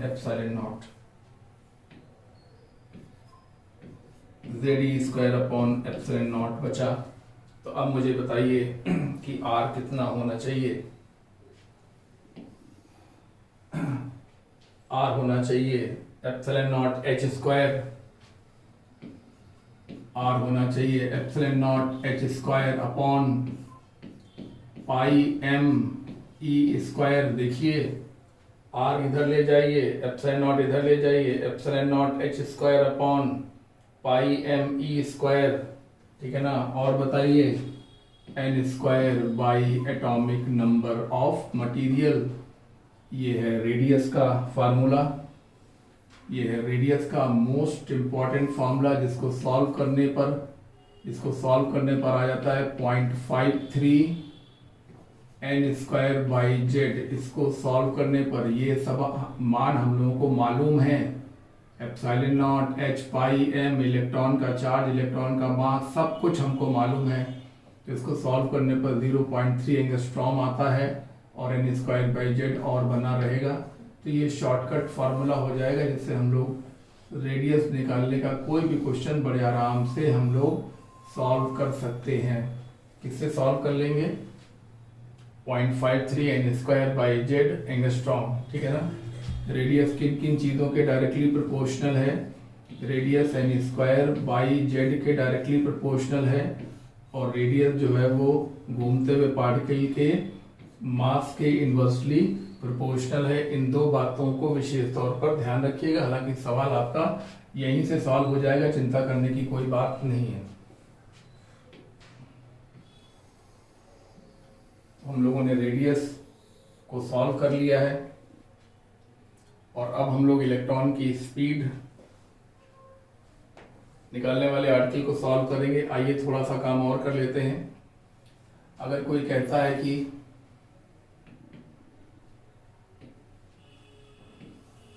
कहता है कि न्यूक्लियस के आसपास और ऑर्बिट के बीच में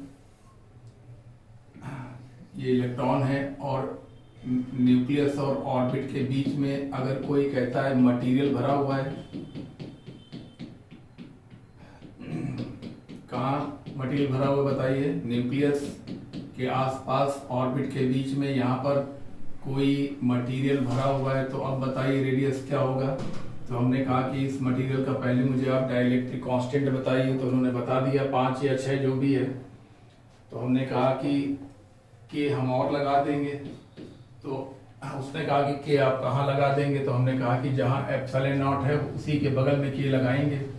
तो जब एप्सिलॉन नॉट के बगल में के लगाएंगे तो यहाँ पर 0.53 के बगल में के आ जाएगा।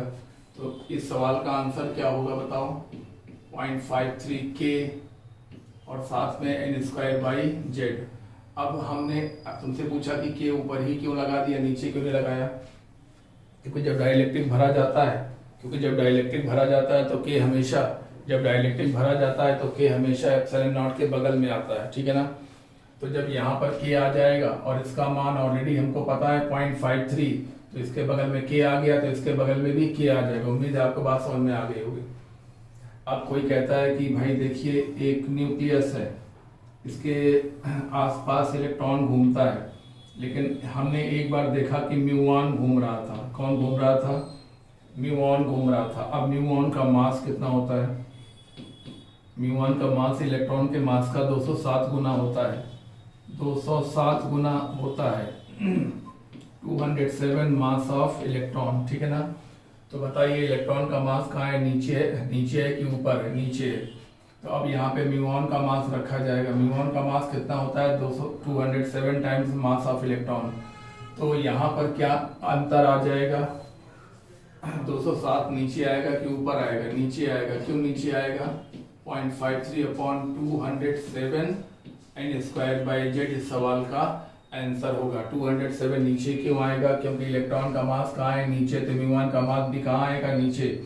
म्यूऑन का मास इलेक्ट्रॉन के मास का 207 गुना ज्यादा है। तो जब यहाँ पे हम 207 me लिखेंगे, 207 m लिखेंगे, 207 m क्या है बताइए? मास ऑफ इलेक्ट्रॉन है, ये लीजिए।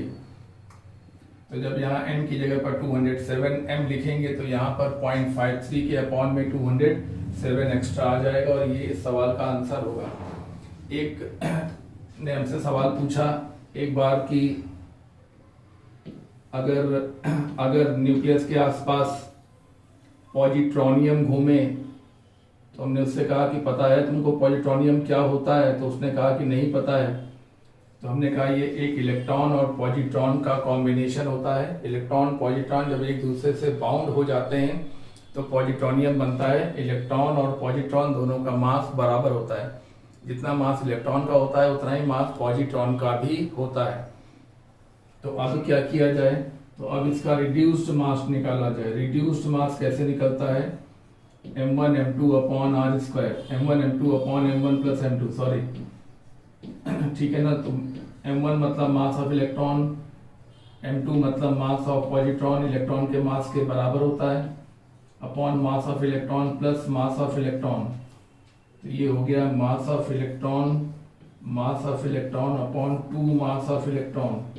तो एक मास ऑफ इलेक्ट्रॉन कट गया तो ये आ गया मास ऑफ इलेक्ट्रॉन बाई 2, यानी 0.5 टाइम्स मास ऑफ इलेक्ट्रॉन। तो अब हम यहाँ पर जहाँ पर इलेक्ट्रॉन का मास लिखा हुआ है वहाँ पर पॉजिट्रॉनियम का रिड्यूस्ड मास लिखेंगे। अच्छा, ये रिड्यूस्ड मास क्यों निकाला जाता है? क्योंकि जब इलेक्ट्रॉन और पॉजिट्रॉन अलग अलग होते हैं तो कोई बात नहीं, लेकिन जब वो एक दूसरे के साथ बाउंडेड होते हैं तो बाउंड होने में उनको एनर्जी खर्चा होती है। और वो एनर्जी कहाँ होती है? वो एनर्जी उनके मास से निकल कर एनर्जी में बदल जाती है और बाउंड होने में मदद करती है। क्या हो जाता है बताओ? क्या हो जाता है? जब इलेक्ट्रॉन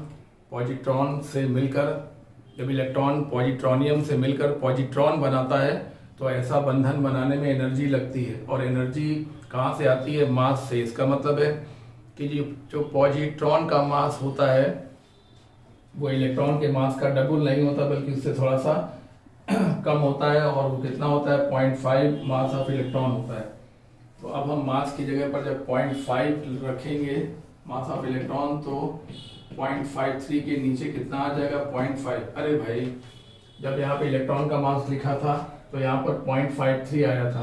तो जब हम यहाँ पर 0.5 m लिखेंगे तो नीचे 0.5 नहीं आ जाएगा। और साथ में n square by Z angstrom. ये नए आंसर हैं जो इन सवालों, हाँ, ये 3 सवाल मैंने आपको बताए जिनके ये 3 आंसर आपके सामने हैं। फिजिक्स में इस प्रकार के सवालों के पूछे जाने के चांसेस रहते हैं। तो ये एक तरीके से लिखा हुआ है 53/50 n स्क्वायर बाई जेड, यानी कि 1.06 n square by Z angstrom, ठीक है ना। आइए अब हम लोग रेडियस पर काम करने के बाद रेडियस के सारे सवाल हम लोगों के सॉल्व हो जाएंगे बड़े आराम से। तो अब हम लोग आ रहे हैं इलेक्ट्रॉन की वेलोसिटी पर, ठीक है। तो जैसा कि आप लोग ये जानते हैं कि J is equal to NH upon 2 pi, और ये भी जानते हैं कि J is equal to MVR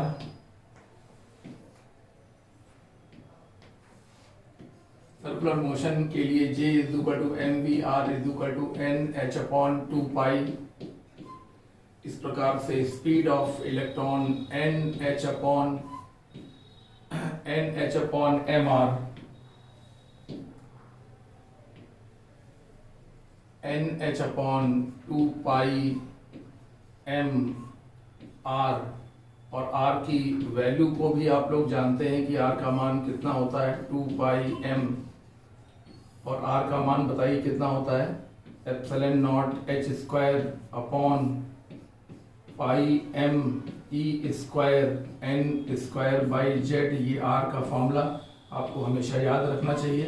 हालांकि सवालों को लगाने के लिए, हालांकि क्वेश्चंस को लगाने के लिए हमारा काम किससे चलता रहेगा 0.53, हमारा काम इससे खूब चलता रहेगा 0.53 N square by Z angstrom से हमारे सवाल लगते रहेंगे। लेकिन इस फॉर्मूले को अगर ध्यान रख पाए तो अच्छा रहेगा। कई बार रिवाइज करेंगे तो हो जाएगा। पाई से पाई कैंसिल, मास से मास कैंसिल, एक n से एक n कैंसिल, तो ऊपर क्या क्या जाएगा E स्क्वायर Z और H ऊपर जाएगा, एक H से H कैंसिल, हाँ एक H से देखो एक H कैंसिल। तो अब मुझे बताइए स्पीड का फॉर्मूला ऊपर क्या जाएगा बताओ, ऊपर जाएगा E स्क्वायर और नीचे क्या क्या रहेगा 2 एप्सिलॉन नॉट H, और Z भी ऊपर जाएगा तो Z बाई N। ये है स्पीड ऑफ इलेक्ट्रॉन का फार्मूला। वो इलेक्ट्रॉन जो ऑर्बिट में घूम रहा है, ऑर्बिटिंग कर रहा है, उसकी स्पीड का फार्मूला आपके सामने है। और इस फॉर्मूले में हम क्या कर रहे हैं, हाँ पहले ये फॉर्मूला तैयार कर लीजिए फिर आगे आपको बताते हैं। इस फॉर्मूले में हम क्या करने जा रहे हैं कि C का मल्टीप्लाई करने जा रहे हैं और C से डिवाइड करने जा रहे हैं, तो 2 एप्सिलॉन नॉट HC बन जाएगा और साथ में Z बाई N बन जाएगा। रेडियस पर काम कर चुके होने की वजह से इसको हम हटा दे रहे हैं।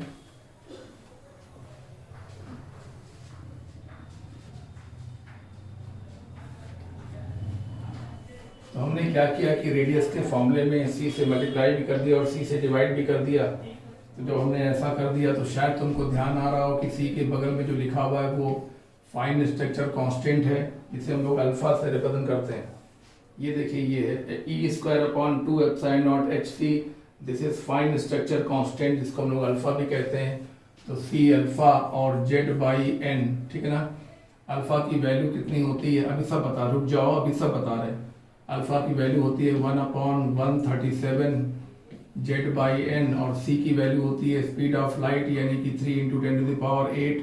इसको सॉल्व करने पर 2.2 × 10⁶ Z बाई N हमारे स्पीड ऑफ इलेक्ट्रॉन के जितने भी सवाल होंगे सब के सब यहाँ से बहुत आसानी से सॉल्व हो जाएंगे, ठीक है ना। सब के सब सॉल्व हो जाएंगे। खाली तुम्हें रखना क्या है, ऊपर एटॉमिक नंबर रखना है, नीचे ऑर्बिट नंबर लिखना है। हाँ ऊपर उस मटेरियल का एटॉमिक नंबर लिखना है और नीचे ये लिखना है कि इलेक्ट्रॉन कौन सी ऑर्बिट में घूम रहा है। अगर थर्ड ऑर्बिट में घूम रहा है तो यहाँ पर 3 लिखना है, फोर्थ ऑर्बिट में घूम रहा है तो यहाँ पर 4 लिखना है। अगर ग्राउंड ऑर्बिट में घूम रहा है तो इनकी जगह पर आपको 1 लिखना है, ठीक है ना। आइए अल्फा के बारे में बता दें। अल्फा क्या है, अल्फा को हम लोग फाइन स्ट्रक्चर कांस्टेंट कहते हैं, और fine structure constant E square upon 2 epsilon not HC के बराबर होता है। इसकी वैल्यू 1/137 होती है। इसकी ना कोई यूनिट होती है ना कोई डायमेंशन होती है। M0 L0 T0 जो लोग स्टार्टिंग से पढ़े हैं वो अच्छी तरह जानते हैं कि मेजरमेंट यूनिट एंड डायमेंशन में हमने ये बात आप लोगों को बताई हुई है, ठीक है ना। तो अब हम लोगों ने वेलोसिटी पर भी अपना जो काम करना था वो कर लिया है, और हमको इससे ये पता चलता है, साबित होता है कि जैसे जैसे हम हायर ऑर्बिट में जाएंगे वेलोसिटी ऑफ इलेक्ट्रॉन कम होते हुए पाएंगे। यानी हायर ऑर्बिट के इलेक्ट्रॉन की वेलोसिटी कम होगी किसकी तुलना में, लोअर ऑर्बिट की तुलना में कम होगी। तो आइए हायर ऑर्बिट और लोअर ऑर्बिट के बारे में एक बार और बात कर लें। लोअर ऑर्बिट की जो, चलो हायर की बात कर लेते हैं। हायर ऑर्बिट के इलेक्ट्रॉन की काइनेटिक एनर्जी लोअर ऑर्बिट से कम होगी, पोटेंशियल एनर्जी ज़्यादा होगी, टोटल एनर्जी ज़्यादा होगी, वेलोसिटी कम होगी। तो आइए कम कम एक साथ बोल लेते हैं, ज़्यादा एक साथ बोल लेते हैं। तो जो इलेक्ट्रॉन हायर ऑर्बिट में घूम रहा है उसकी काइनेटिक एनर्जी कम, उसकी स्पीड कम, उसकी पोटेंशियल एनर्जी ज़्यादा और उसकी टोटल एनर्जी भी ज़्यादा होगी। तो आज हम लोगों ने यहाँ तक कर लिया है फर्स्ट लेक्चर में। पहले आप लोग ये इतना देख लीजिए, ठीक है ना। और इतना देखने के बाद इसके बाद हम लोग अगले लेक्चर में इस पूरे टॉपिक को ख़त्म करेंगे। मतलब जितना समझ लीजिए आधा हो गया, आधे से थोड़ा ज़्यादा हो गया और बस थोड़ा सा बचा हुआ है, उसको हम लोग एक लेक्चर में, पहले आप इसको देख लीजिए क्योंकि एक साथ इतना बड़ा वीडियो आप लोग देखेंगे नहीं, देख नहीं पाएंगे। इतना जल्दी देख लीजिए और इतना खूब अच्छे से तैयार करने के बाद फिर हम लोग इतने जो पढ़ाया आपको इसके हम लोग न्यूमेरिकल लगाएंगे और आगे जो आर्टिकल बचे हुए स्पेक्ट्रम वगैरह वो हम लोग सेकंड लेक्चर में देखेंगे। इतना जरूर देख लीजिए, इतना जरूर तैयार कर लीजिएगा। चलिए हो गया।